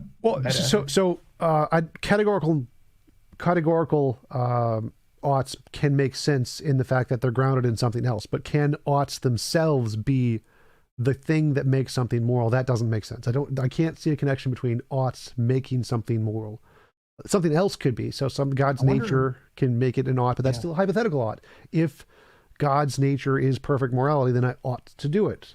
But that doesn't, in that sense, that would be a categorical ought, in the sense that the ought follows from God's nature. But again, the oughtness isn't what makes it moral. The oughtness there doesn't matter to the morality. It's God's nature that matters to the morality. So the oughtness is, again, an addition that isn't required for morality. And to me, that seems to be the case no matter what. No matter what you define morality to be, oughtness always seems to be an excess addition that doesn't need to be there. So you can say God's nature is perfectly moral. God is the objective standard of morality. Like, okay, do you need oughts to say that? No. Yeah, I'm thinking about just all the ways that moral philosophers talk about this aspect. I guess it just depends on whether or not you want to apply goodness to actions. And that's fine. So applying goodness to actions is fine, but you don't need it. Like, it's not required in morality. You can have morality. Okay, right. Without, but you're saying that if you do decide to adopt the moral point of view, you can add it on to motivate actions, maybe. Yeah. Hypothetical imperative is perfectly fine. Like, you can add on the word ought to any moral statement. You're coming on board. You're going to come on board and agree with me that the best of all possible worlds is the way I'm saying it is. Then let's bring in some oughts to motivate people to bring that about, or something like that. But it's just not the essence of it, you're saying. Yes. Okay. The essence of morality has no oughts in it. Yeah, I don't think I would say that either, but I wouldn't make that imply that there are no oughts in a moral system. I would just say it's just dependent on whether or not God makes a world with creatures. And so if he doesn't do that, he's not going to issue any commands. And so oughts are kind of contingent on him making a world. Well, so when I say that, what I mean is that there's no oughts in the morality. So God can add oughts in addition to the morality, but he can't, like, oughts don't make something moral. Something is moral already, and then you can add oughts additionally, just like you can add unicorns or whatever. But the Just think it's an oughtness, extra dimension, sure, an essential dimension, but an extra dimension. sure. I So don't you know. can add oughts in whatever way you want. It can literally be an existing Platonic object. That's fine.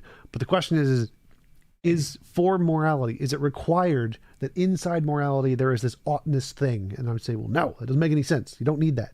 Can be added, yeah. Anybody can add that. It's perfectly fine. I'm happy to say you ought to do the best of all possible world stuff, but that oughtness isn't anywhere inside the essence of morality. It isn't anywhere inside the model of morality. It's an addition. I'm saying, okay, well, now that we know what morality is, you ought to do it because I think we ought to do it. So have you thought about like psychopathy? Like, do you think like with the phenomenon of psychopathy, do you think it's uh, it ought to be the well, this might not make sense. Never mind. Because I was going to say the psychopath doesn't adopt a moral point of view. When I was going to say ought he, but I guess he doesn't have the power to because he doesn't have the mental capacity to recognize the moral realm. So I guess it didn't make sense. Maybe someone who's not a psychopath that just chooses to be a moral monster. It seems like What we like should that's a really good say he example right there. So should. like if you said Okay. there's a psychopath who's a moral monster, like do you need oughts to say anything in that? No. You've labeled him immoral. So now we know there is a factually and moral and immoral case. And we can add on, we can additionally say he ought not do that, but it's irrelevant to the morality. We already have the morality. You've already said he's immoral. And so whether or not Yeah. we add that oughtness in there doesn't make a difference. Maybe just to fill out like descriptive detail about the entirety of the moral situation or something like that. We could do that, but even though it's not necessary to delineate its essence, I think is what you're saying. Okay. I guess I would need to think about that. It's interesting. Okay. Cool. Oh, did you come up with the concept of the least imposition Yes. or no imposition of will just with your imagination, right? Yep.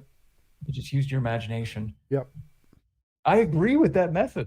That's a great method. Well, I do too. I think it's a great method for hypotheses, but then you need some other way to verify it corresponds to reality, which is where the predictions are for. Right. And I would say that the predictions, let's just say for the sake of argument, would be sufficient to adjudicate between imagination and reality, but not necessary.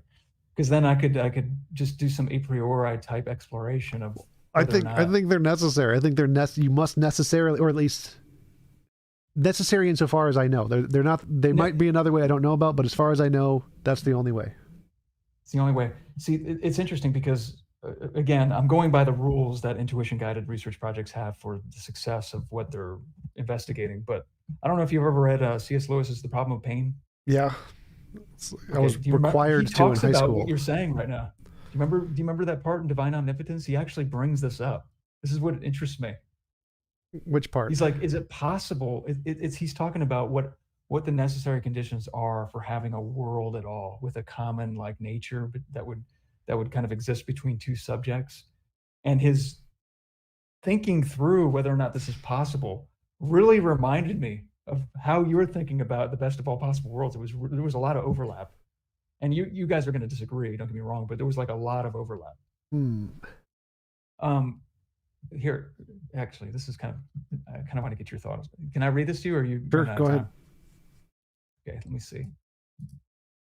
Because I already know you're going to disagree with this, but it was just interesting that he was doing kind of the same thing that you're kind of doing, speculating about the stuff. I was like, oh wow, I think TJump would like this. So this is on the chapter of omnipotence. Yeah. Okay. And this actually comes from, I don't know, you might like stuff like this. Like he had a great war with this guy named Omar Barfield about all this stuff, the nature and scope and of imagination, and whether or not it latches onto reality. So stuff that you're into, this is the imagination actually latch on to reality. And actually, Omar Barfield thought that it might latch on to certain aspects of it through correct use of metaphor and all this stuff. But that's actually interesting. We'll talk about that later. But he says, let me skip a lot of this stuff. All right. Oh.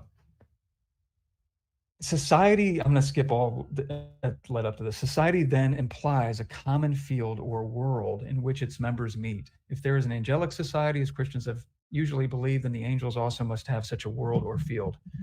Something which is to them as matter is to us.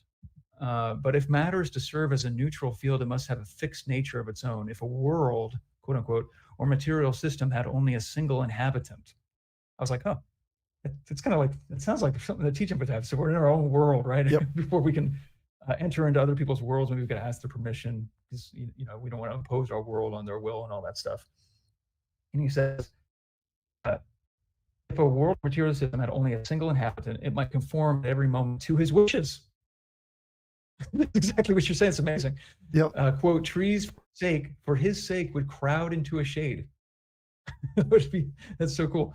But if you were introduced into a world which thus varied at my every whim, you would be quite unable to act in it and would thus lose the exercise of your free will. This is insane. This is like overlapping exactly kind of with what you're saying. Well, that part, I definitely disagree there, because you could still have, like, if I had if my world was such that you wouldn't have free will, then obviously you wouldn't have free will. So if C.S. Lewis is admitting that wouldn't be the best of all possible worlds for you. So like if C.S. Lewis is admitting he's a moral monster and anybody who enters in world would just lose all of their free will, then yes, that would make sense. But it wouldn't necessarily be the case. Like you could have people who would allow for free will in their world, and other people could be in it just fine. Exactly right. So like with the background condition, like you didn't get their permission first or whatever. You just found them in your world and you're like, what are you doing here, man? What are you doing? I didn't let you in here. This is immoral. But if you were introduced into a world which thus varied at my every whim, okay, yeah, we just read that. Nor is it clear that you could make your presence known to me. This is interesting. All the matter by which you attempted to make signs to me being already in my control and therefore not capable of being manipulated by you. First of all, I just want to say that this is really cool that he's actually even thinking about this. This is why I like C.S. Lewis a lot. He thinks outside the box. What do you think of that part? Like in the context of what you would conceive as the best possible worlds, that if it's the case, if you were introduced into a world which thus varied at my every whim, and it didn't satisfy your constraint about you didn't ask for my permission first. We're there. We're thrust into existence like with the existentialist without a permission. You would be quite unable to act in it, and thus would lose. It varied at my every whim. You would be quite unable to act in it, and would thus lose the exercise of your free will. Nor is it clear that you could make your presence known to me, all the matter by which you attempted to make signs to me being already in my control, and therefore not capable of being. It looks like the assumption is that we're thrust into this nature, like against our will, and we just find ourselves there. But nature is obeying me and not you. If I chose it, like if I said, look, okay, nature, act on your own. But if I wanted you back and you want to submit to me, then you get to submit to me. But act on your own right now. And it looks like if you were to say, like, hey, it's TJump, Matt, can I come in? And I say, how would I guess what he's asking is, how would I even know if you were knocking, if there wasn't some kind of like involuntary thing going on in the medium there? Like I have to like turn around and be like, I didn't approve of that. What's going on here? Yeah. It depends on the conditions that you set in your universe. So if you set in your universe that you must agree to literally every action that occurs, then obviously no action could occur that you didn't agree to. And so if someone was in your universe, they could do literally nothing. So you have to consent to literally every particle moving. If someone entered your universe, they could do literally nothing. Right. But I don't think many people are going to do that. So it's not something I really worry about. If you don't do that, if you don't have that condition and you say other people can enter my universe and I'd like to know about them, then the universe itself will tell you. Here's a cosmic doorbell. I'm going to put it right over here. If anybody wants in, you just ring the doorbell, and I may answer, I may not. I'm probably in a grumpy mood right now. Yes, also known as the emails, the universe emails. Yeah, exactly. So I mean, or right here, you invited me in. Yeah, exactly. So to me, it doesn't seem like a legitimate problem that would exist in the best of all possible worlds, because it would only be the case if you set the universe such that only things could happen if you literally consented to each and everything happening, and somehow a soul snuck into your universe before that condition was put into place and is just stuck there. I wonder, is that possible? Would that be possible? Would outside Yes, people it is be able possible. to So, find loopholes into your world without you paying attention to all the ways that you could block them? well, no, so there Like wouldn't be a I'm the wouldn't. dude in Halo, by the way. My character is spinning around in the corner. But that's me. I stink at video games. So it would only be possible if the person who was in the universe said, "I'm going to allow people to enter my universe without my knowledge, so they can enter if they want to." And Oh, right. Okay. someone entered without their knowledge, and then they said, "You know what? I'm going to change it so nothing can happen in my universe without my consent," and then everyone's just stuck.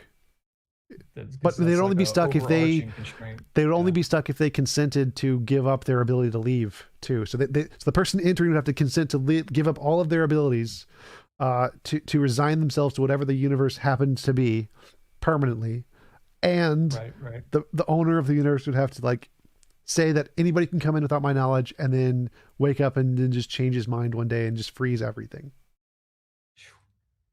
You gotta have these little backstop. Like if somebody discovered a loophole and snuck up behind you and slit your throat, you gotta be like, okay, if somebody were to do this, my cells would automatically come back together. And okay, I hope I have a good imagination when I get there. Yep. I don't want to get backstabbed. But he says, but then it just switches. At this point, it just says again, if matter has a fixed nature, nobody obeys constant laws, which wouldn't be in the worlds we just talked about. Not all states of matter will be equally agreeable to the wishes of a given soul. And this would actually support what you're saying, to be completely honest. Nor are all equally beneficial for that particular aggregate of matter, which he calls his body. If fire comforts that body at a certain distance, it will destroy it when the distance is reduced.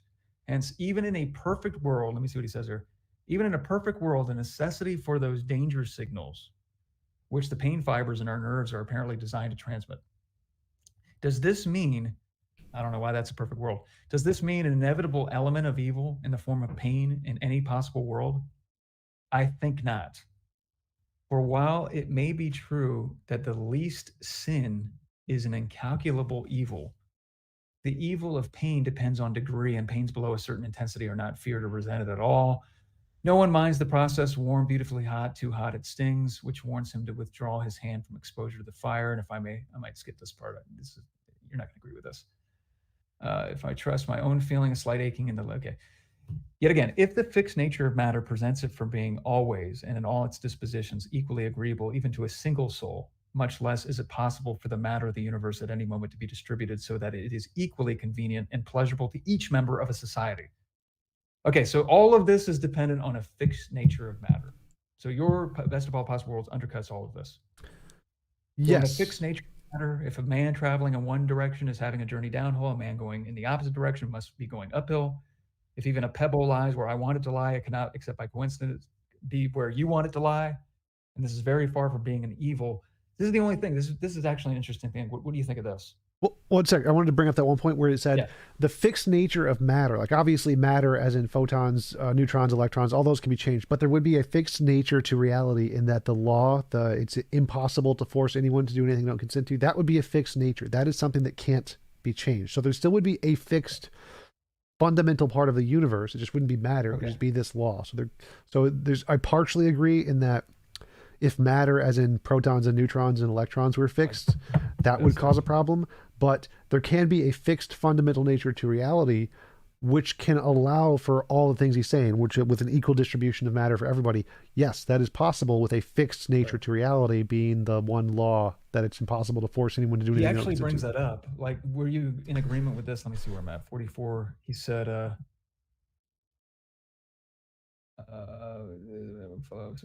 about matter. Where was it at?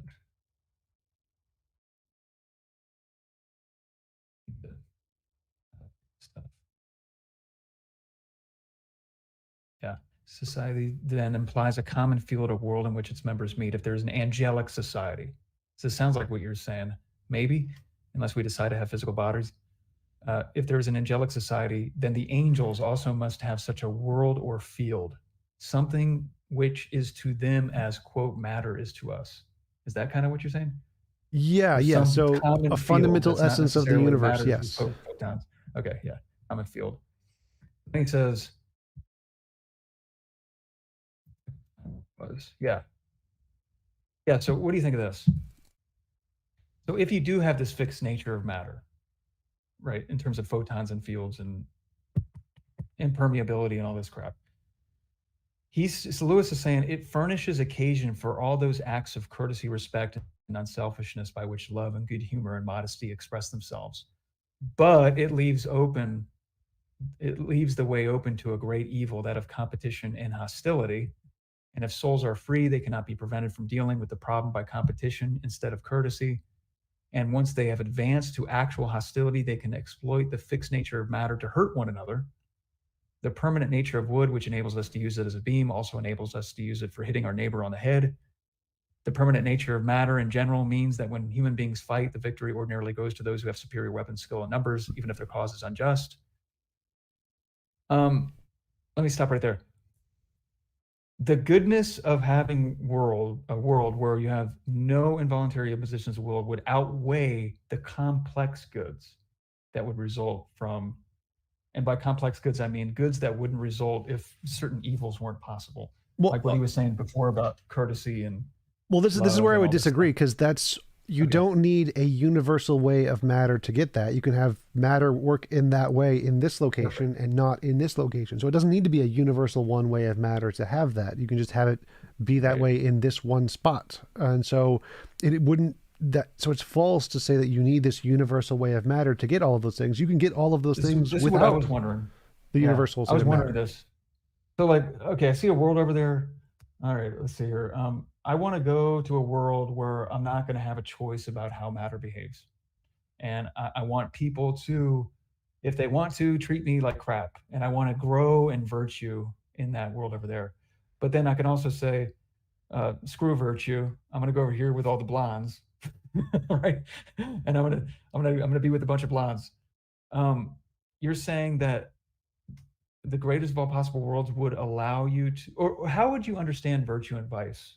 I guess not in terms of morality, not in terms of actions or rules. Or assisting anything, people's will voluntarily versus would be moral. So it'd be moral. Like if somebody, the greatest example of what you're talking about here is called Dark Souls. Have you heard of Dark Souls? Crap. Dang, I stink at video games, man. So Dark Souls. The last video game I played was Tekken. So Dark Souls is for average gamers, it is a very, very hard game. It's very frustrating. It causes you a great deal of pain. It would be like choosing to play Dark Souls is like choosing to go to Earth and experience all the pain and rape and stuff. It is a hard really that game. bad? Oh my gosh. Yeah. You can find videos of YouTubers like punching their TV and throwing their chair across the room. It is hilarious. But it's it's one of the most popular games ever. It's a huge series. There's 5 of them. It's a massive game. It's like Call of Duty big. And it's all of that pain and suffering you're talking about. It's people choosing to go to the world of the pain and suffering rather than the hot blondes. People don't go to the super easy games with just porn games. They don't do that. They go to the hard games. They spend more time playing Dark Souls than they do looking at porn because they enjoy the challenge. And so, well, real blondes would be better than porn, but go ahead. Sorry. I've experienced both. I mean, it works the same. It's the same thing. I mean, it's like I play Dark Souls more than I do with blondes. So. Oh wow, that's amazing. Dark Souls must be hot. It is. So the point here is that people would choose to go to those difficult worlds to learn from, and that isn't a problem at all. Yeah. So what I'm thinking is, like, I'm wondering, I'm comparing like 2 different scenarios in my mind. Let me do this. I'll give myself 7 more minutes so I can stop torturing you. I just find this conversation fascinating. I think people like skim over this a little too quickly. I wonder, like, have you read into virtue theory at all? Some virtue ethics, a little bit. I'm not a fan. Right. I would think not, because it seems like a necessary condition for virtue theory is that there are things outside of control that you have to conform yourself to. You have to kind of submit your will to making your nature conform to some kind of outside standard in a certain way so as to achieve happiness or something. Like, it doesn't come by nature for me to be patient, let's just say. And I have to read this book, The Secret to Happiness. The secret to happiness is you got to cultivate this virtue called patience and love and justice and courage and all this stuff. And if you cultivate these virtues in yourself, you'll align yourself with capital N nature and you'll attain happiness. It seems to me that in your best of all possible worlds, you could say, look, I'm going to go to a world over there where I need to do that. right? I'm going to go to this world that has a fixed nature and I can't manipulate it, and I'll get the happiness that I want, like in the Dark Souls kind of way, I guess. There's like a fixed, I guess, rules you got to abide by to succeed in Dark Souls. I have no idea how Dark Souls works. But I wonder, but you would argue that if you were just thrust into existence without your permission, into a world that you didn't ask to be created in, and you have to conform yourself to the nature of this world in a virtue theoretic way, that the good that would result from you being stuck here and having to conform yourself to this particular way or mode of living or whatever would not be as good as if you had the choice to say, I'm going to go to Dark Souls world or Blonde's world or Virtue world. Right? Yes. So choice is better. So would you say that if a virtue theory was kind of motivated, that would kind of undercut, like if virtue was the way to go, and the way to cultivate virtue would be to undermine this choice that you would have to go between worlds or whatever, that could be a way to falsify your theory? Like, is your theory open to falsification is what I'm asking. Well, sure. I mean, my testable predictions are false. That would falsify, but I don't know what you mean by the virtue thing. I don't understand. Can I ask you a question about that real quick? Sure. Like, not like your predictions are basically, will the world realize it, right? Like the world will realize the best of all possible. Well, no, my prediction is that aliens on other planets will follow the same pattern, that AIs will follow the same pattern, that we'll discover this pattern is universal across everywhere in the planet. Like everything in the universe that is intellectual, that has a certain level of intellectual ability and resources will follow its patterns. Right.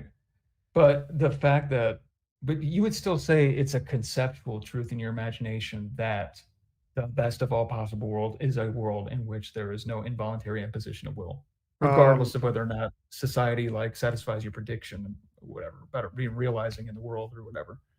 No, not exactly. So I'm saying that there's this literally there's a physical law, a physical emergent result of physical forces that produce this as effect. And so it's not just that our society is going to decide on this, that there's literally a physical law that's decided this.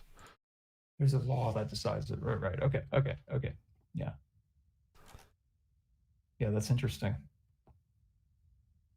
And then, I guess that's why natural theology is just so important. It has a lot of metaphysical consequences because, I mean, if God exists and God's necessary, then this world's impossible, right? Yep.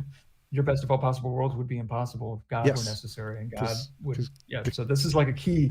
So, I mean, I would agree with you. I would need to start arguing against these pathetic attempts at establishing the existence of God because it would be incompatible.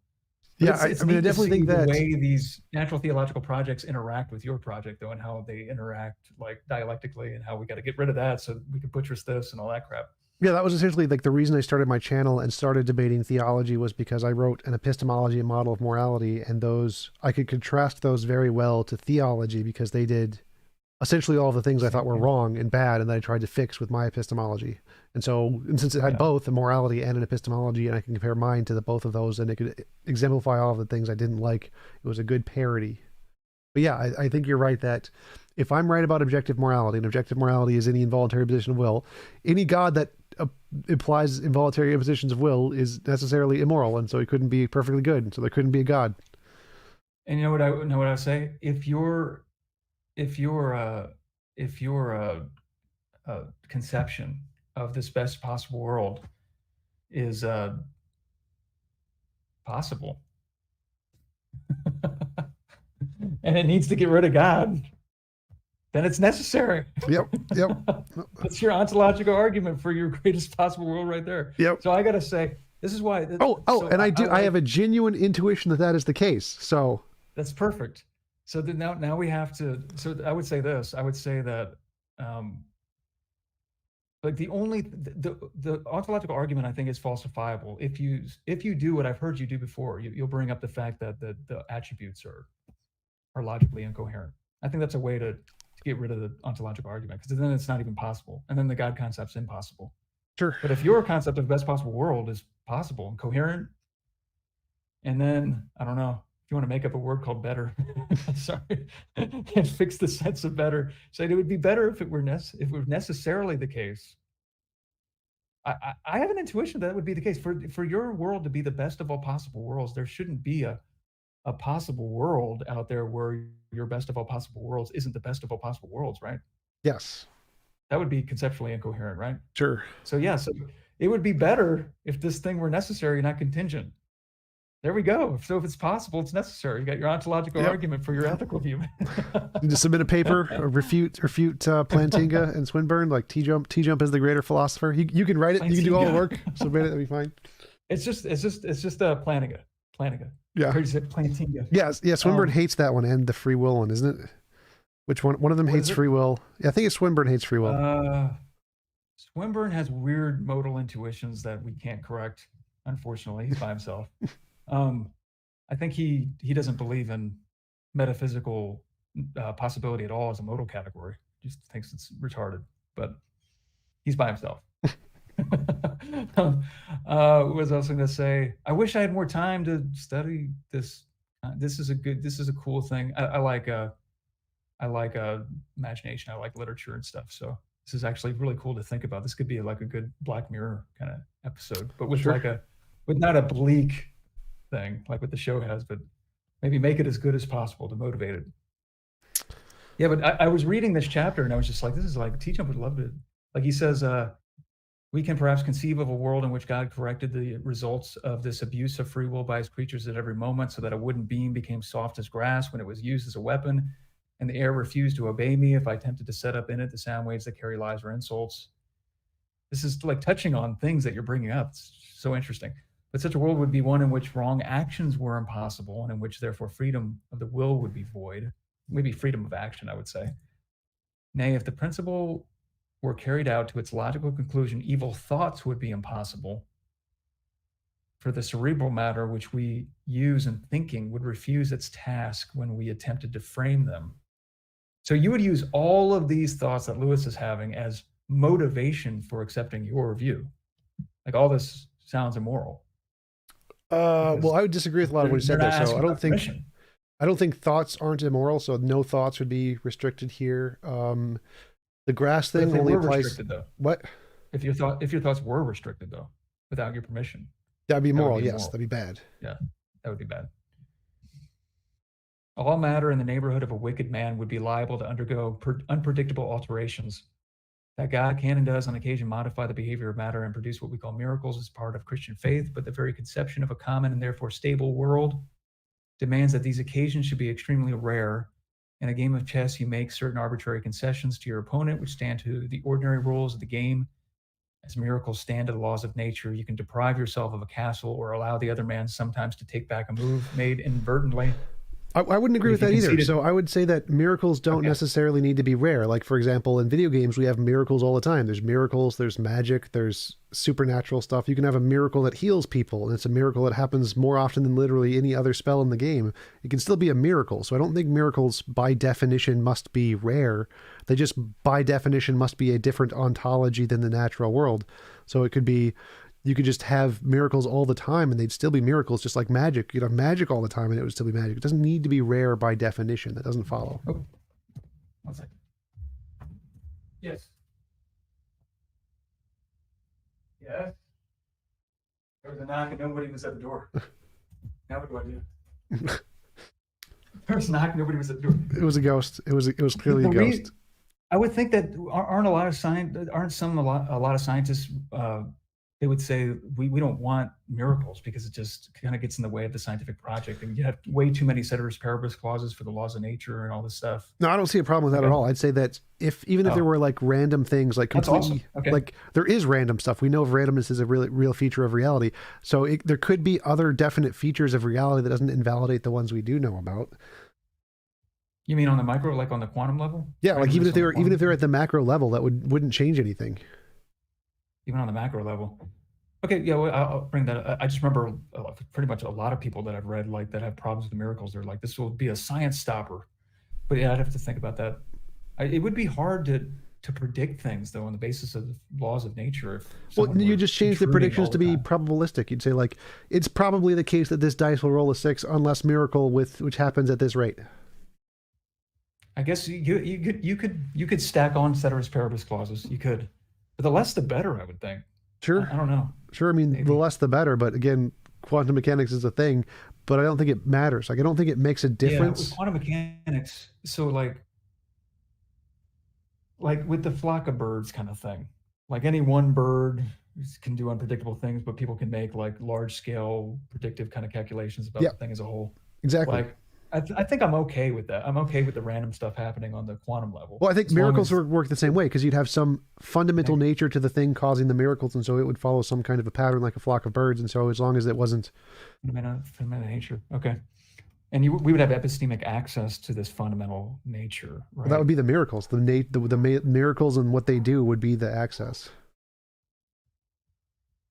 Gosh, I think I'd want access to whatever's motivating the nature to bring about the miracles personally, but Well, as if you I don't like know. prayed to have a miracle or whatever, you would technically have that. Like if it followed some specific methodology, then you would say, "Oh, well, Maybe. its nature must cohere to this methodology somehow." Do you think science would be successful as it is right now, even if like a miracle happened every other second? Yes, God, I don't know about that. I mean, as long as they weren't massive miracles, like the laws of physics change now. Yeah, well, that's what they're saying. They violate the laws of physics, right? Well, that's fine. So, like, if you had, like, let's say a gold brick pops into the middle of into existence or whatever, that's fine. If it changes the laws of thermodynamics and then everything in the universe changes, that would invalidate science. But if it just changes like one thing, then no, that would be fine. One thing, I agree. One thing, because that's the rare thing, which is what Lewis is saying. But lots of miracle. I don't know. I'd have to think about that. Um, okay, Well, if you think about almost it like a done. video game, think about you could literally cast miracles on command, thousands of them all the time. Yes, and you can make predictions about what would happen in that video game realm, Yeah. right? So Yeah. science would still work. Okay. You'd still say, scientifically, when I fire this gun, the bullet will go and hit that person. Oh, and there's a miracle over there. That's fine. And there would be different laws of nature relative to that video game world, right? That would govern how the magic works, if it was emitted from a certain source at a certain victim or whatever, Well, right? Maybe. assume we don't know that. Assume we have no idea what's causing the miracles. We No just know we idea. can do miracles and that they just Yeah. happen. But everything else, a lot of the time, is just the same. So the fact that there are hundreds of thousands of miracles all the time, things falling out of the sky all the time, like I think it reminds me of the past humans. Past humans had no idea how things worked. They thought lightning was a miracle. They thought Right, right. volcanoes were Yeah. a miracle. So everything was a miracle. They were still doing science just fine, even though many, many things they couldn't explain. And even if they could never have been explained, all of the science they were doing was still working just fine.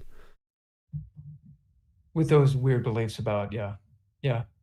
Yeah, so if we just grant all But of the the thing Roman is about gods. that, they had wrong beliefs though. Well, no, Like no. the So volcano thing. assume they were right. Assume the Roman gods are all true.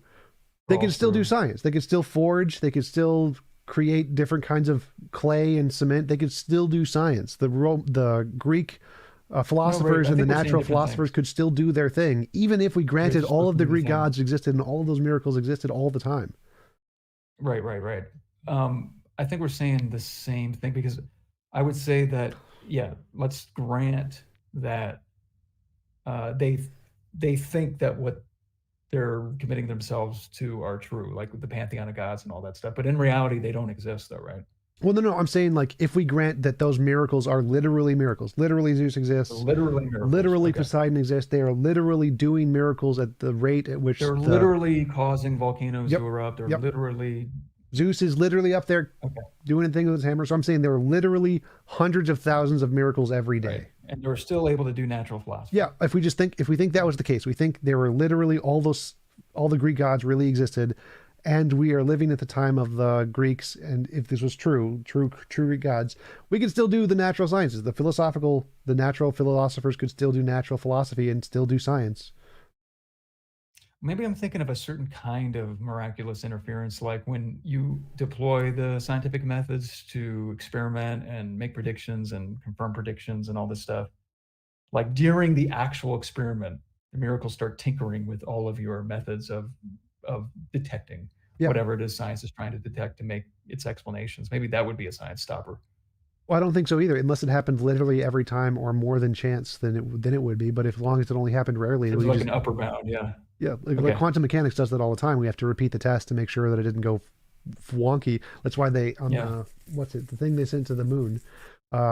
forget the name of the thing, but they had 4 computers, and 3 of the computers were all interlaced, because if one of them got hit by a highly charged photon, it would switch one of the ones to zeros, and the computer would screw up. And so they have other computers to validate that. So even if there was a completely random process that would sometimes miraculously mess with some of the experiments, as long as you could just do other experiments and it wouldn't mess with those, then it would be fine.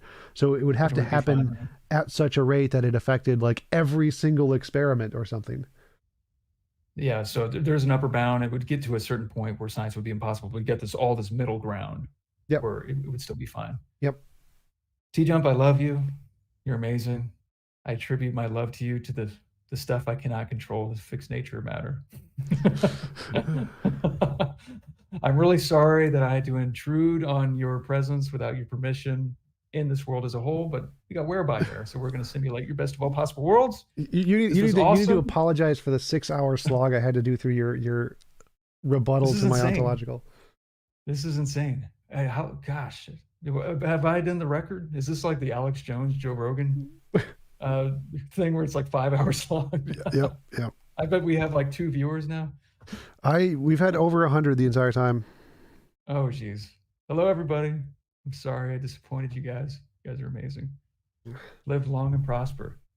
Oh, yeah. I have a YouTube channel. It's got 237 subscribers. Quality, not quantity, baby. Yeah, this was fun. Yeah, for sure. Let's do the. I was like all prepared for you to like just like attack me. And I was going to be like, because I was trying to prepare for you to act. Your hair looks funny. To respond to your views.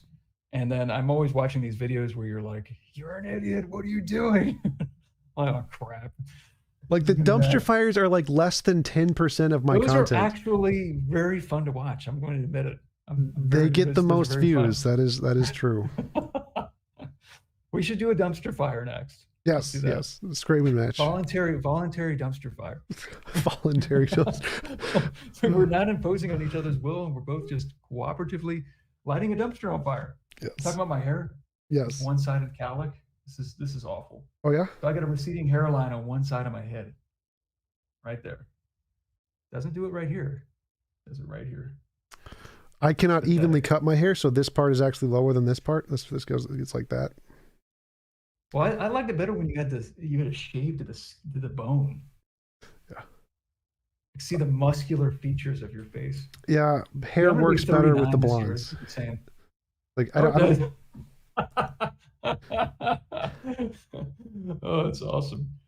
But yeah, Asians are so much better than blondes. But I just want to say, I wish you well, man. Yep. Thanks for coming on. Really appreciate it. It was a fun conversation. And let me know about I'll stay in touch with you with the email thing. Yeah. Let me know about the partnership show thingy. We'll give it a shot. So. Okay. So you started out here, and here's being a Christian, and I pushed you here. I guess so. Yeah. like to push me towards being a Christian. It's all a part of the plan. This is all part of my secret plan. You got caught in my web, man. If you check my Patreon, there's a section that says I convert to Christianity. You just have to donate $1 million a month. Oh, I'm working on that right now. Investments. Doing it. Yeah, I'm getting hungry. I'm gonna need to get off soon. So it was great talking to you. Oh, crap. I'm sorry, man. All right. Take it easy. Talk to you later. Bye. Bye.